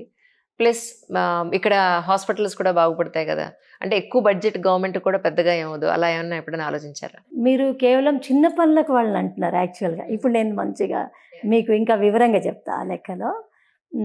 యాక్చువల్ మీరు ఏమిటంటున్నారంటే, చిన్న పనులు పాపం వాళ్ళకు కూడా ఉపాధి దొరుకుతుంది, దే విల్ గెట్ సమ్ అది రెస్పెక్ట్ అనేది దొరుకుతుంది ఫస్ట్ ఆఫ్ ఆల్ సొసైటీలో. జనంలో వాళ్ళు మింగిల్ అవుతారు, ప్రాపర్ పని చేసి రెస్పెక్ట్ గెయిన్ చేయడానికి వాళ్ళకి అవకాశం దొరుకుతుంది అని మీరు అంటున్నారు. కానీ నేను స్వయంగా డాక్టర్లను చూశాను దాంట్లో ఈ మధ్య కాలంలోనే. దట్టు ఉస్మానియాలో, గాంధీలో కూడా చూశానంటే మేము తీసుకున్నామని చెప్పాలి. I should say so. నేను కొంత percentage of those people are there. And great thing ఏంటంటే వాళ్ళు చక్కగా చదువుకొని, ఒకళ్ళిద్దరు నేను గమనించింది ఏంటంటే, ఉస్మానియాలో చదువుకున్న వాళ్ళు ఒకళ్ళో ఇద్దరు ఉన్నారు, గాంధీలో చదువుకున్న వాళ్ళు ఉన్నారు. ఇంకా వాళ్ళని చూస్తుంటే, వాళ్ళు ఒక డాక్టర్గా వస్తుంటే how much respect they are gaining. Naturally వాళ్ళని చూసి మిగతా వాళ్ళు కూడాను దే విల్ ఫాలో పాత్. మనం కూడాను ఇది మంచి ఆలోచన, కొత్త ఆలోచన. వాళ్ళని ఏదో జనస్రవంతిగా దూరం గుంచి వాళ్ళేదో అవసరం లేని పనులు, జనాలకి విసుగు పుట్టించే పనులు చేసే బదులు వాళ్ళని మనము మన పీపుల్తో కలిపి జనరల్ సొసైటీతో కలిపి వాళ్ళకి చిన్న ఉపాధి కల్పిస్తే కనుక ఇది బాగానే ఉంటుంది. ఇది కొంచెం కొత్త ఆలోచన. కానీ అంటే నేను ఒకటి దీంట్లో గొప్ప విషయం కూడా నేను గమనించింది, దాంట్లోనే గొప్ప గొప్ప డాక్టర్లు అయిన వాళ్ళు ఉన్నారు, నర్సింగ్ స్టాఫ్ కూడా ఉన్నారు. కానీ ఎక్కువ శాతం మంది వాళ్ళని ఇక్కడ తీసుకురావాలంటే కొన్ని మనమే కల్పించాలి వాళ్ళకి కొంత అవును వర్క్. అవును అవును కల్పిస్తే that's a real good idea. Maybe when the time comes I will put forth, or somebody like people like you, మీలాంటి వాళ్ళు ఎవరైనా మన హైయర్ అప్స్ సీఎం గారి దృష్టికో మినిస్టర్ గారి దృష్టికో మీరు తీసుకొచ్చారనుకోండి, ఖచ్చితంగా నాకు తెలిసి వాళ్ళు సానుకూలంగా స్పందిస్తారు. And definitely they will do that అని నేను అనుకుంటున్నాను. ట్రూ అంటే నేను కొన్ని యూట్యూబ్లో చూశానండి రీసెంట్గా. వాళ్ళంతా కూడా పోలీస్ అంటే ట్రాఫిక్ కానిస్టేబుల్స్గా అలా చేస్తూ ఉన్నారు ట్రాఫిక్ని కంట్రోల్ చేయడానికి. దట్స్ రియల్లీ అమేజింగ్ అనిపించింది. వాళ్ళకి ఎంత గౌరవాన్ని ఇచ్చే వర్క్ కదా. సో ఎక్కడ పని చేసినా పనికి ఎప్పుడు అందరూ చాలా మంది అనుకుంటారండి, అవునండి. వాచ్మెన్లుగా చేయడము, ఇంట్లో పని చేయడము, బాత్రూములు కడగడం, బట్టలు ఉతకడము, గిన్నెలు తోవడము, అది ఏది కూడా డిస్రెస్పెక్ట్ Dignity చేసే. of labor it is said. Exactly Yeah, ఇప్పుడు yeah. ఇప్పుడు మనం అంతా నువ్వు కూడా చేసే పని చిన్నదా పెద్దదా అని ముఖ్యం కాదండి. నువ్వు చేసే పని ఎంత బ్యూటిఫుల్గా ఎంత పర్ఫెక్ట్గా చేసినావు, that will earn the appreciation. దానివల్ల నీకు ప్రశంస లభిస్తుంది. కానీ నువ్వు పెద్ద పొజిషన్లో ఉంటే నీకు మంచి రెస్పెక్ట్, చిన్న పొజిషన్ ఉంటుంది అనేది కాదు. నువ్వు చేసే పని ఎంత పద్ధతిగా ఎంత నైపుణ్యంతో చేస్తున్నావో దానివల్ల నీకు గౌరవం లభిస్తుంది, అబ్సల్యూట్లీ అప్రిసియేషన్ వస్తుంది అనేది I also believe in that. ఇప్పుడు మీరు చెప్పిన ఒక కొత్త ఆలోచన, గొప్ప ఆలోచన, తప్పకుండా దీన్ని కూడా ఇట్స్ వెల్కమ్డ్. అది ప్రాపర్ టైం వచ్చినప్పుడు నేను కూడా హైరాప్స్ చెప్తాను. ప్రాపర్ టైం వచ్చినప్పుడు మీలాంటి వాళ్ళు చెప్తే, మీడియా వాళ్ళు చెప్తే ఇంకా కొంచెం హైలైట్ అయ్యి గవర్నమెంట్ కూడా సీరియస్గా ఆలోచించడానికి ఆస్కారం ఉంటుందండి. గవర్నమెంట్ హాస్పిటల్స్ అంటే ఇంతే అని అనుకునే వాళ్ళకి ఫైనల్గా మీరు ఏం చెప్పదలుచుకున్నారు? ఇంతే అని నేను అన్నాను, ఎందుకంటే ఎంతో చేస్తున్నాము మేము, ఎంతో చేస్తున్నాము, ఇంకా చేయవలసింది కూడా చాలా ఎక్కువ ఉంది. కానీ అట్ ది సేమ్ టైం ఏం చేస్తున్నాం, ఎంత చేస్తున్నాం అనేది ఇప్పుడు మీరు అంటే you're sitting on the other side కాబట్టి మీరు ఈ క్వశ్చన్ చేసినప్పుడు మాలాంటి వాళ్ళు గవర్నమెంట్ సైడ్ వాళ్ళు కూడా ఆలోచించాలి. అంటే అరే మనం ఇంత చేస్తుండగా వీళ్ళకి ఎందుకు తెలియట్లేదు, తెలియాలి కదా. తెలియాలంటే ప్రాపర్ పబ్లిసిటీ మేము ఇవ్వాలి. కరెక్ట్ ఇన్ఫర్మేషన్ ప్రాపర్ పబ్లిసిటీ మీడియాకి ఇవ్వాలి. మీరు కూడా మీడియాకి ఇవ్వాలి. ఇచ్చినప్పుడు ఏమవుతుందంటే పలానా హాస్పిటల్లో ఈ సర్వీసెస్ ఇవ్వబడుతున్నాయి, పలానా హాస్పిటల్లో ఈ particular services, excellent doctors, excellent. అంటే వీళ్ళు ప్రైవేట్ హాస్పిటల్ ఎట్లయితే మార్కెటింగ్ చేస్తున్నారో, పబ్లిసిటీ చేసుకుంటారో, అదేవిధంగా సామాన్య జనానికి తెలిసే విధంగా పలానా హాస్పిటల్లో ఈ పర్టికులర్ సర్వీసెస్ లేదా అన్ని సర్వీసెస్ లేదా ఈ పర్టికులర్ సర్వీసెస్కి ఎక్సలెంట్ డాక్టర్స్, స్పెషలిస్ట్ ఉన్నారు, వీళ్ళతో మీకు ఇలాంటి మంచి ట్రీట్మెంట్ దొరుకుతుంది, సిమిలర్లీ ఇలాంటి diseases can be address to అనేది అది మేము ఇవ్వాల్సి వస్తుంది. కరెక్ట్. అంటే నేను అది అనుకుంటున్నాను. మీరు చెప్పిన ఇంకా కొన్ని పాయింట్స్ కూడా ఉన్నాయి. ఎక్కడైతే డిమార్కేషన్ ఉంది అంటే గవర్నమెంట్ హాస్పిటల్స్కి, ప్రైవేట్ హాస్పిటల్స్కి బెటర్ సర్వీసెస్ ఉన్నాయి, క్వాలిటీ సర్వీసెస్ ఉన్నాయి. స్టిల్ దెర్ ఇస్ సంథింగ్, ఎక్కడో ఏదో ల్యాకింగ్ ఉంది అక్కడ.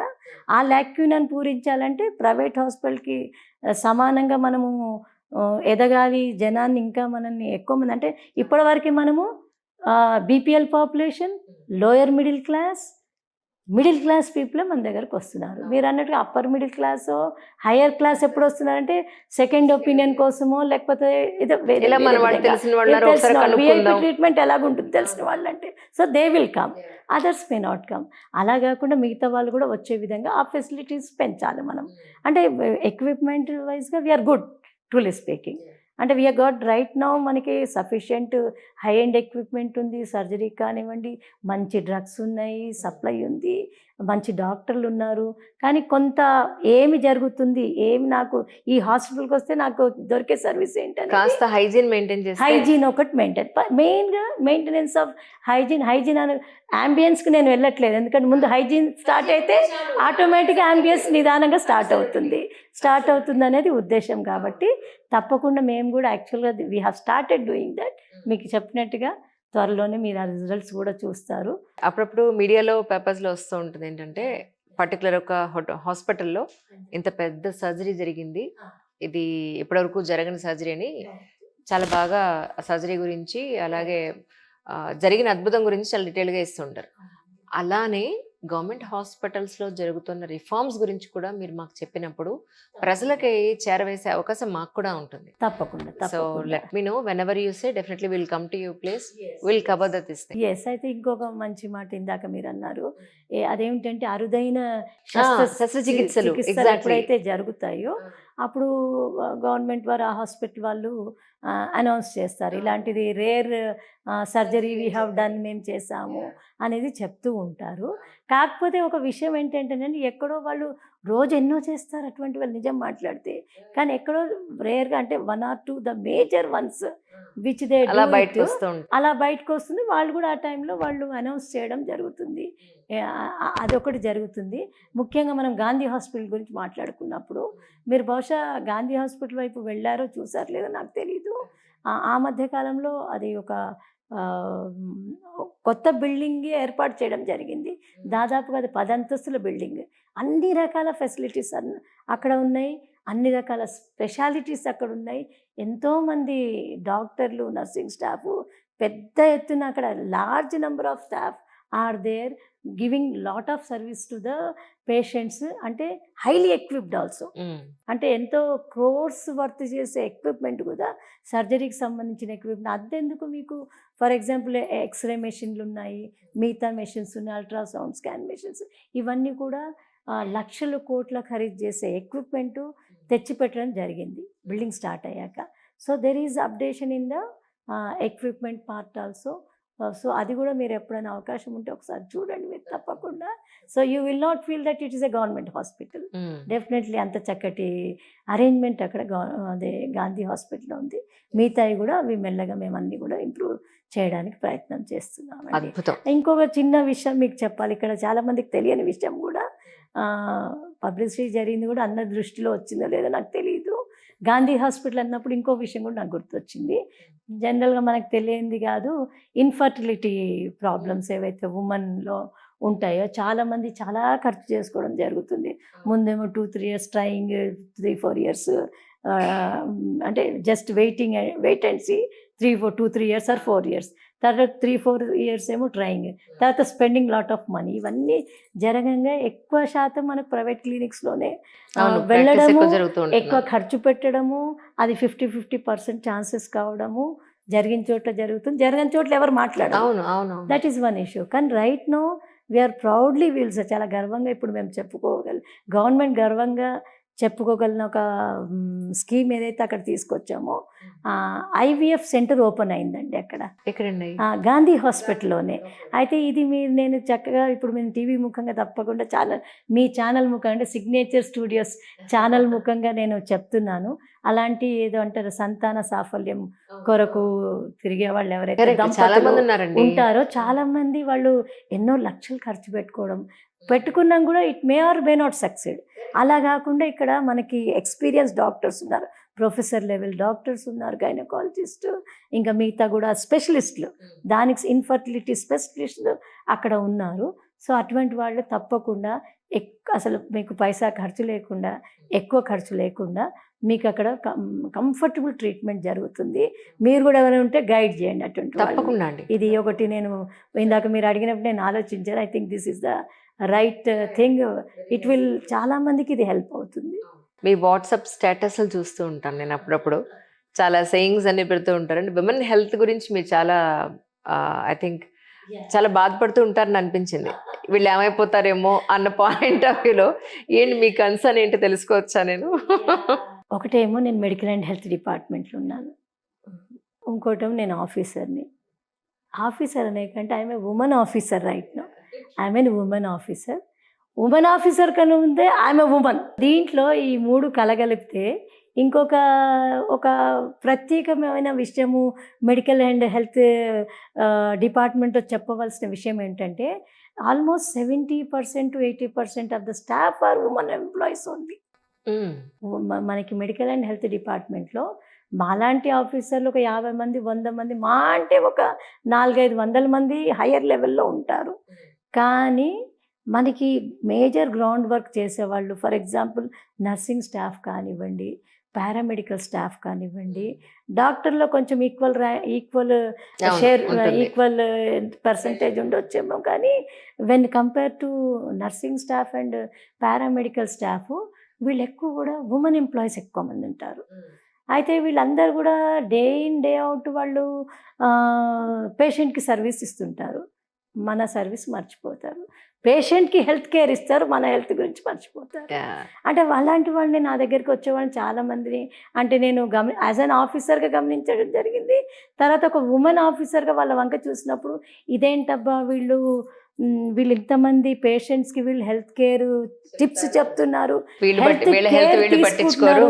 వీళ్ళు ఎందుకు పట్టించుకోవట్లేదు, ఎందుకు ఇలా జరగట్లేదు, వీళ్ళకి ఎలాంటి మోటివేషన్ ఇవ్వాలి, ఎలాంటి అవేర్నెస్ ఇస్తే వీళ్ళు they will come up and be fit enough to do their job, to do justice to their family అనేది ప్రతిసారి నన్ను తొలిచే ప్రశ్న. అంటే దీన్ని ఒక చిన్న మంచి ఎగ్జాంపుల్తో నేను మీకు చెప్తాను. She's a doctor, she's a higher level doctor, ఒక ఇన్స్టిట్యూషన్ కూడా హెడ్. అంటే మనం మెడికల్ సూపరింటెండెంట్ అనొచ్చు, ప్రిన్సిపల్ అనొచ్చు, whatever we call, and we will not go into the much details. అందుకని నేను అది అంతవరకు అంటున్నాను. సో అలాంటి officer, I have seen the officer, doctor, I should say doctor cum officer, and because she is head of the institute కాబట్టి almost నా age అది ఉంటుంది అనుకోండి, ఉంటుంది. So I have been seeing her whenever she comes to our office. అంటే మేము head office కాబట్టి వాళ్ళవేవో service matters ఏవో పనులు ఉంటాయి, వాళ్ళు రెగ్యులర్గా మా దగ్గరికి వస్తూ ఉంటారు. వచ్చినప్పుడు మేము కూడా చూస్తుంటాం, కొంతమంది చూసినప్పుడు they are very lively blooming with health and all. అలాంటి ఒక లేడీ ఆఫీసర్ నేను ఎప్పుడు చూసేది. ఆమె నా దగ్గర పనున్నా లేకపోయినా, వేరే ఆఫీసర్ దగ్గర పనున్నా, వేరే ఆఫీస్లో పనున్నా, she use to come to me, say hi madam అని చెప్పి వెళ్ళిపోయేవారు. with bright eyes, nice face and all, active glow with and all. So 2-3-4 monthsగా ఆవిడ రావడం మానేశారు. వాళ్ళ స్టాఫ్ వచ్చి నాకు, మేడం అది చేసి పెట్టరా, మాకు మా ఆఫీస్కి ఇది అవసరం, మా హాస్పిటల్కి ఇది అవసరం, మాకు ఇది చేసి పెట్టరా అంటే, అరే బాబు ఎప్పుడు నువ్వు వస్తున్నావు ఏంటి, ఆ మధ్యకాలంలో 3 నెలల క్రితం 4 క్రితం మీ మేడం వచ్చేవారు కదా, so and so madam, why she is not coming now, why you are coming, I asked. Madam మీకు తెలీదా అన్నారు. ఏంటి తెలిసేది అంటే, madam passed away some time back madam, 3 months or 4 months back అన్నారు. మీరు ఎట్లా షాక్ అయ్యారు, నేను అలాగే షాక్ అయ్యాను. అంత చక్కటి మనిషి అంటే చక్కడం అంటే నేను అనేది బ్యూటీ కాదు, నేను అనేది ఒక బబ్లీ, ఆరోగ్యకరంగా హెల్దీగా హ్యాపీగా బబ్లీగా ఉన్న మనిషి సడన్గా 3 నెలల క్రితం డిసప్పియర్ అంటే మనం ఎంత ఆశ్చర్యపోతాను తప్పకుండా. నేను అప్పుడు అడిగిన, ఏంటి మా, ఎందుకు ఇట్లా, ఏంటి జరిగింది మేడంకి, what happened, I asked. Then they said, మేడంకి బ్రెస్ట్ క్యాన్సర్ ఉండింది, లాస్ట్ స్టేజ్లో డిటెక్ట్ అయింది. లాస్ట్ స్టేజ్లో డిటెక్ట్ అయ్యేటప్పటికి ఆవిడ while taking the treatment itself she passed away అని చెప్పారు. దెన్ నాకు ఒకలాంటి ఇది అనిపించింది, నాకు ఏంటిది అంటే ఇంత హెల్తీగా కనిపించిన మనిషి, she's just I think maybe crossing between 45 and 50 or maybe crossing 50. Health and healthy person, మంచి ఆరోగ్యకరంగా హుషారుగా కనిపించే మనిషి సడన్గా మన కళ్ళ ముందు డిసపియర్ అయిపోతే మనం చాలా ఆశ్చర్యంగా బాధ కూడా కలుగుతుంది. అప్పుడు నాకు ఆలోచన వచ్చింది. అప్పుడే కాదు, అంతకుముందు కూడా కొంతమంది nursing, this the best example, recent example I have scene. Maybe 1.5 year క్రితం నేను చూసిన సంఘటన ఇది. దెన్ దానికి రిలేట్ చేస్తా ఎందుకు ఎలా అనేది. అలాగే నేను నర్సింగ్ స్టాఫ్ని చూసేది. నర్సింగ్ స్టాఫ్ కూడా వాళ్ళకి ఎన్నో సమస్యలు ఉంటాయంటే, వాళ్ళేమో ఏమిటంటారు, ఆ పేషెంట్ చూసుకొని హాస్పిటల్లో కింద మీద పడేది జాబులు చేసుకుంటారు. మళ్ళీ వాళ్ళకున్న ఫ్యామిలీ ఇష్యూస్తోని, ఎందుకంటే వాళ్ళ డ్యూటీ టైమింగ్స్ కూడా చాలా హెక్టిక్గా ఉంటాయి, మీకు తెలియంది కాదు. రౌండ్ ఒకసారి నైట్ డ్యూటీ, ఒక ఆఫ్టర్నూన్ షిఫ్ట్స్, అంటే what I should say proper timings లేని చాలా కష్టతరమైన జాబ్లు వాళ్ళవి. దానికి తోడు ఫ్యామిలీస్ కూడా కొంచెము వాళ్ళకి ఐ కెన్ సపోర్ట్ ఉండడం కొన్నిసార్లు, ఉండకపోవడం కొన్నిసార్లు జరుగుతూ ఉంటుంది. జరిగినప్పుడు ఏమవుతుందంటే, అందరి ఆరోగ్యం గురించి చూసేవాళ్ళు దే బికమ్ సిక్. అది కూడా నేను 1 year క్రితం వాళ్ళని చూసినప్పుడు చక్కగా యాక్టివ్గా కనిపించిన వాళ్ళు కాలు ఇడ్చుకుంటూ రావడము, గోడ పట్టుకుంటూ రావడము, ఇలా చూసినప్పుడు ఆ అమ్మాయో లేకపోతే అమ్మనో అనుకోండి, అదే. ఒక 45 years లేడీ అనుకోండి, మిడిల్ ఏజ్డ్ లేడీ, ఇలా ఏదో గోడ పట్టుకొని రావడం, లేకపోతే స్టిక్ పట్టుకొని వస్తే, ఏమైందమ్మా నీకు, మొన్న బాగానే ఉన్నావు కదా అని అంటే, లేదు మేడం ఇలా అయింది నాకు, ఇలా ఏదో పడిపోతే మళ్ళీ నాకు సర్జరీ అయింది, నేను లేవడానికి 1 year అయింది, మళ్ళీ నేను ఇలా పట్టుకొని నడుస్తున్నాను, లేకపోతే I had some other issue, health issue అంటే, మరి నువ్వు అందరు చూస్తావు, నువ్వు నీ హెల్త్ నువ్వు చూసుకోలేదా అంటే ఏమంటుంది, మేడం మేడం అందరి గురించి చూసుకుంటాం, మనం మన హెల్త్ పట్టించుకోం కదా మేడం, డ్యామేజ్ అయినప్పుడు మనకు తెలుస్తుంది కరెక్ట్. అనే మాట వాళ్ళు అన్నప్పుడు, అంటే చక్కటి బ్యూటిఫుల్ ఉమెన్, యాక్టివ్ ఉమెన్. నేను ఇంకొక విషయం కూడా చెప్తాను. మా దగ్గర నా దగ్గరే పనిచేసిన స్టాఫ్ ఒక అమ్మాయి ఉండేది. ఆ అమ్మాయి కూడాను, ఆ అమ్మాయి అనను, 35-40sలో ఉండేది. ఆమె ఉండేది నా దగ్గర డైరెక్ట్ పనిచేసిన ఎంప్లాయీ. ఆమె కూడాను చక్కగా ఏమైనా ప్రోగ్రామ్స్ అయినప్పుడు, as it is women are beautiful, when they deck up they are more beautiful. So అలా చక్కగా వాళ్ళు యాక్టివ్గా ఉండే పర్సన్స్. బాగుండేది ఆ అమ్మాయి. తర్వాత ఆ మధ్య కాలంలో నేను వేరే ఆఫీస్కి షిఫ్ట్ అయ్యాను. She's there only. ఏదో అవసరం కొరకు ఒక 2 years క్రితమేమో నా దగ్గరికి వచ్చింది. వచ్చేసిన తర్వాత షీఈస్ టోటలీ డిఫరెంట్. నేను అప్పుడు ఆ అమ్మాయిని చూసినప్పుడు టోటలీ డిఫరెంట్ ఆమె. అది ఒకలాంటి ఫేస్ మీద ఒక కప్పు లాంటిది ఇంత థిక్ ఒక కప్పు లాంటిది, ఒక లేయర్ లాంటిది ఏర్పడి, ఒక బ్లాకిష్ లేయర్ ఏర్పడి బాడీ అంతా కూడాను అయ్యో. అయిపోయింది. ఆవిడ ఏందమ్మా నీకు అంటే, ఆవిడంటుంది మేడం స్కిన్ క్యాన్సర్. నాకు తెలియలేదు. తెలిసే వరకు ట్రీట్మెంట్ స్టార్ట్ అయింది. ఇప్పుడు కీమోస్ తీసుకుంటున్నాను, రేడియోథెరపీ తీసుకుంటున్నాను, దాని అంతా ఎఫెక్ట్ జుట్టు రాలిపోయింది. ఇది వచ్చి అదేదో పెట్టుకొని తిరుగుతుంది ఆవిడ. సరే, జుట్టు రాలిపోవడం పెద్ద తలనొప్పి కాదు. తలనొప్పి అంటే ఇది బాధ కలిగించే విషయం ఏంటంటే, ఒక మనిషి ఈ రూపంలో మనం చూసి, ఒక టోటలీ డిఫరెంట్ రూపంలో ఒక సిక్ పర్సన్గా, చాలా సిక్ పర్సన్, అసలు ఈమె మళ్ళీ బాగుపడుతుందా లేదా అనే రూపంలో మనం చూసినప్పుడు చాలా చాలా నాకైతే డిస్టర్బ్ అయ్యేది.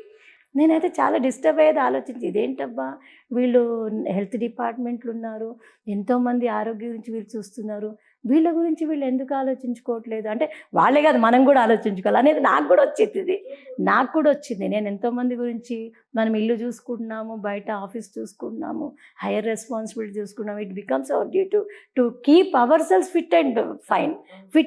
దానికి మా ఆయన హెల్ప్ చేయలేదు, మా పిల్లలు హెల్ప్ చేయలేదు, మా పక్కోళ్ళు హెల్ప్ చేయలేదు అనకుండాను, మనల్ని మనం ఫిట్ పెట్టుకోవడానికి we should makeup our mind. Correct. We should give auto suggestions to our mind and body, stating that yes, I should be fine enough to carry out my duties. నేను మంచిగా ఉంటేనే నా family బాగుంటుంది, నేను ఆరోగ్యంగా ఉంటేనే నా ఫ్యామిలీ ఆరోగ్యంగా ఉంటుంది, హ్యాపీగా ఉంటుంది, హెల్తీగా ఉంటుంది, అన్ని విధాల అది ప్రాపర్గా ఉంటుంది అనేది నాకు ఆలోచన వచ్చి, నేను ప్రాపర్గా అప్కీప్ చేసుకోవాలి. హెల్త్ విషయంలో నా జాగ్రత్త నేను తీసుకోవాలి.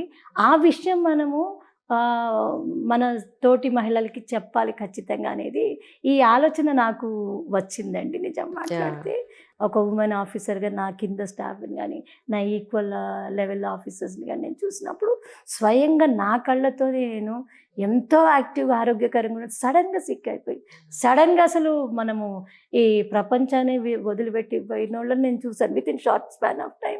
కొంతమందినేమో అసలు వాళ్ళు ఇక లేస్తే కూర్చునే పరిస్థితి లేదు, కూర్చుంటే లేస్తే పరిస్థితి లేదు. ఇలాంటి పరిస్థితిలో ఉన్న ఆడవాళ్ళ గురించి ఒకటి ఆలోచన వచ్చింది, సరే చదువుకోలేదు, నువ్వేదో జాబ్ చేయట్లేదు, లేకపోతే మీలాగా ప్రొఫెషనల్స్గా లేరు అనుకుంటే అది వేరే విషయము.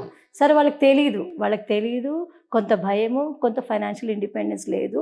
హోమ్ మేకర్స్కి అనుకుందాం మనం, అంటే ఫైనాన్షియల్లీ ఇండిపెండెంట్ కానోళ్ళు కానీ, లేదా కొద్ది గొప్ప లిటరేట్ అయ్యిగా కాని వాళ్ళు కానీ, అంటే వాళ్ళ గురించి మరి so called the highly educated, so called the ఏమంటారు, మంచిగా చదువుకొని చక్కటి ఉద్యోగాలు చేసుకుంటూ ఇలా చేసినప్పుడు, అక్కడ ఉద్యోగాన్ని సంపాదించుకుంటున్నావు, నువ్వు ఇంటిని సంపాదిస్తున్నావు, మరి నీ గురించి నువ్వు ఎందుకు ఆలోచించుకోవట్లేదు?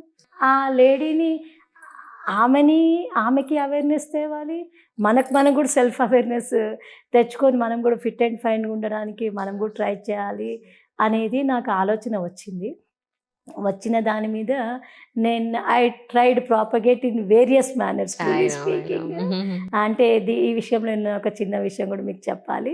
అదేంటంటే, నేను ఉమెన్ అంటే మెడికల్ అండ్ హెల్త్ డిపార్ట్మెంట్లో ఒక ఉమెన్ ఆఫీసర్గా ఉండడమే కాదు, ఉమెన్ ఎంప్లాయీస్ ఇలాంటి హెల్త్ ఇష్యూస్ కానీ అదర్ ఇష్యూస్ కానీ చూసినప్పుడు నాకు ఒక ఆలోచన వచ్చింది ఏమిటంటే, వీళ్ళని గ్యాదర్ చేసి వీళ్ళని సపోర్ట్ చేయడానికి వీలుగా ఒక మనం అసోసియేషన్ చాలా ఉన్నాయిలేండి, ఎంప్లాయీ అసోసియేషన్స్ ఉన్నాయి చాలా కూడా, ఏదో ఎన్జిఓస్ అని, టీజీఓస్ అని, అంటే గెస్టెడ్ అసోసియేషన్ అని, నాన్ గెస్టెడ్ అసోసియేషన్, చాలా ఎంప్లాయీ అసోసియేషన్. కానీ పర్టికులర్గా ఉమెన్ ఎంప్లాయీస్ కోసము మనం ఎందుకు ఒక అసోసియేషన్ చేయకూడదు అనే ఒక ఆలోచన నాకు వచ్చింది.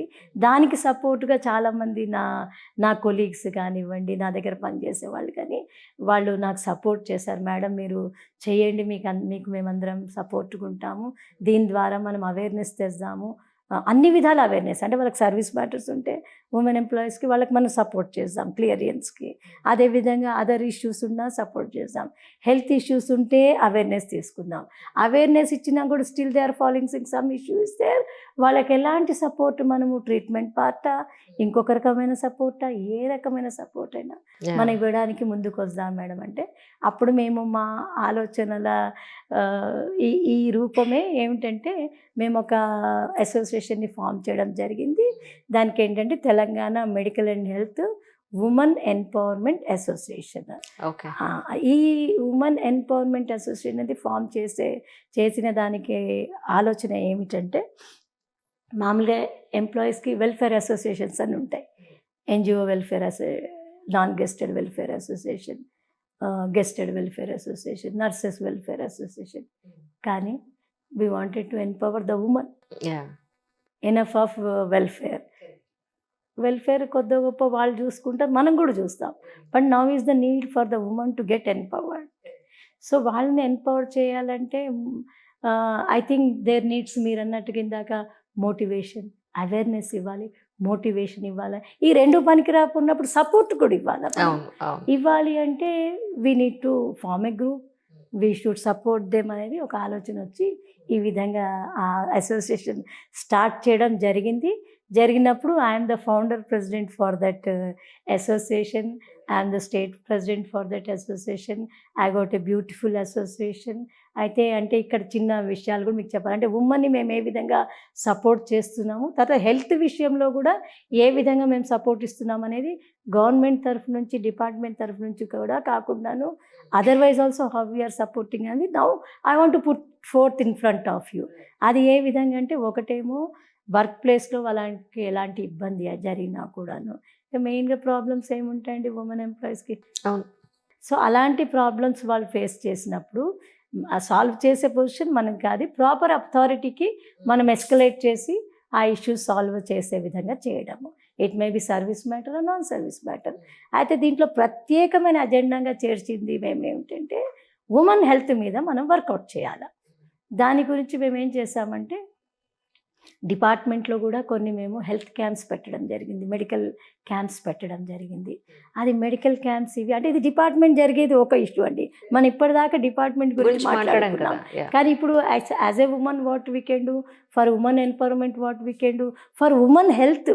మెయిన్గా ఇక్కడ ఫస్ట్ రెండు పక్కకు పెట్టిన ఉమెన్ హెల్త్ గురించి మనం ఎలా వాళ్ళకి అవేర్నెస్ తేవచ్చు, మోటివేషన్ తేయచ్చు. ఇవి రెండు కూడా అయిపోయినాక కూడా ఇంకా still they are going through that phase, how we can support them. Especially women health కూడా మేము దృష్టిలో పెట్టుకొని కొన్ని ప్రోగ్రామ్స్ ఈ మధ్య కాలంలో కూడా ఒకటి ఆరోగ్య మహిళ అని ఒక ప్రోగ్రామ్ని ముందుకు తీసుకురావడం జరిగింది.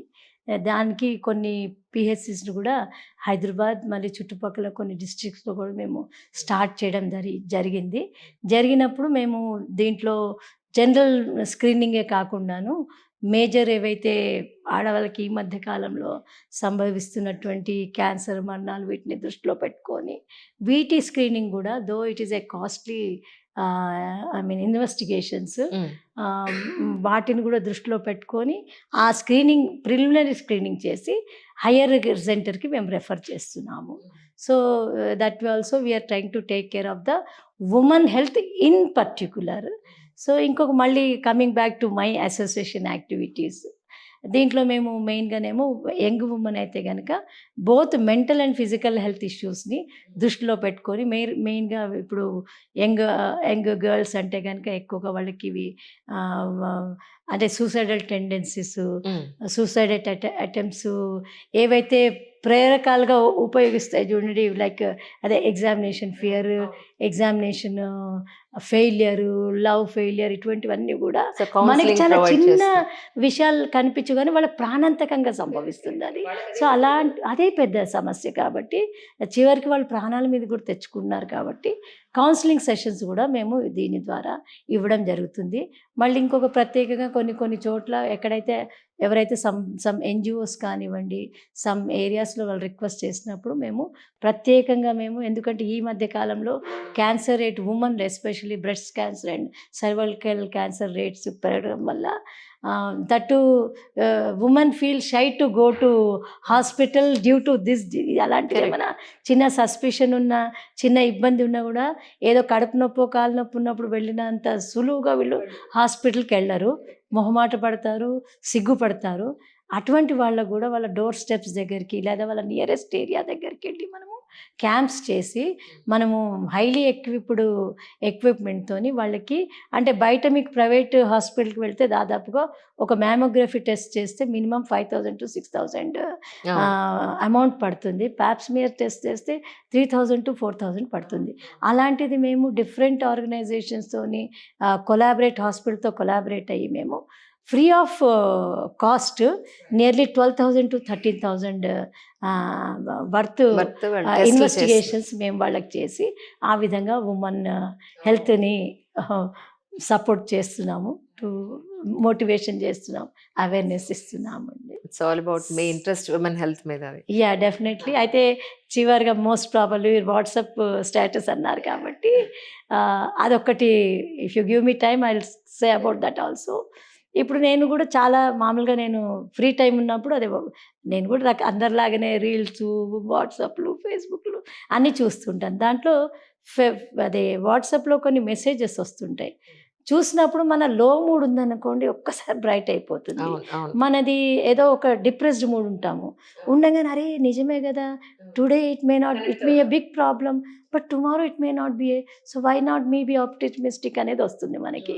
ఆ ఆలోచన వచ్చినప్పుడు, ఇప్పుడు నాకే ఇలాంటి ఆలోచన వచ్చినప్పుడు when I keep in that status, when some people maybe 50s or 100s are looking on to that, 100 మంది చూస్తే ఒకరు ఇన్స్పైర్ అయితే దాని message forwarding of messages served అని నేను అనుకుంటాను. చాలా మంది ఫోన్లు చేసి కూడా చెప్పారు, మేడం మీలాంటి పెట్టండి, ఈరోజు నిజంగా నాకు చాలా బ్యాడ్ మూడ్ ఉండింది, ఐ వాజ్ రియల్లీ ఒకరైతే నా స్టాఫ్ అన్నారు, ఈరోజు మా బాస్ బాగా తిట్టాడు మేడం, నేనైతే రెసిగ్నేషన్ ఇచ్చి వెళ్ళిపోదామని చూస్తూ ఎందుకో నేను మళ్ళీ ఇక రాసుకున్నారంట నా స్టాఫ్. నా దగ్గర పనిచేసి వేరే చోట చేస్తున్న వాళ్ళు ఆ రోజు బాగా తిట్లు పడ్డాయి వాళ్ళ బాస్తోని. Almost that staff member got irritated. So about to write long leave రాసేసి పడేసి నేను వెళ్ళిపోదాం అనుకున్నాను. ఎందుకో I was scrolling through WhatsApp, అది చూశాను. ఈ రోజు ఉన్నట్టు రేపు ఉండదు ప్రాబ్లం, రేపు ఉన్నట్టు ఎల్లుండి ఉండదు, అసలు ఎల్లుండి ఉండకపోవచ్చు ఆ ప్రాబ్లం. కాబట్టి బీ ఆప్టిమిస్టిక్, గో ఆప్టిమిస్టిక్ అని అలాంటిది ఏదో మెసేజ్ పెట్టా. So that staff member read it, ఏదో called me back, I'm really I'm inspired by your message అంటే ఐ ఫీల్ వెరీ హ్యాపీ. ఎంతోమంది చూస్తారు, ఒకరైతే ఇన్స్పైర్ అయ్యారు కదా. Yes, that will do. Purpose solved. Yes, exactly. Thank you so much for your time, ma'am, once again. Thank you, ma'am.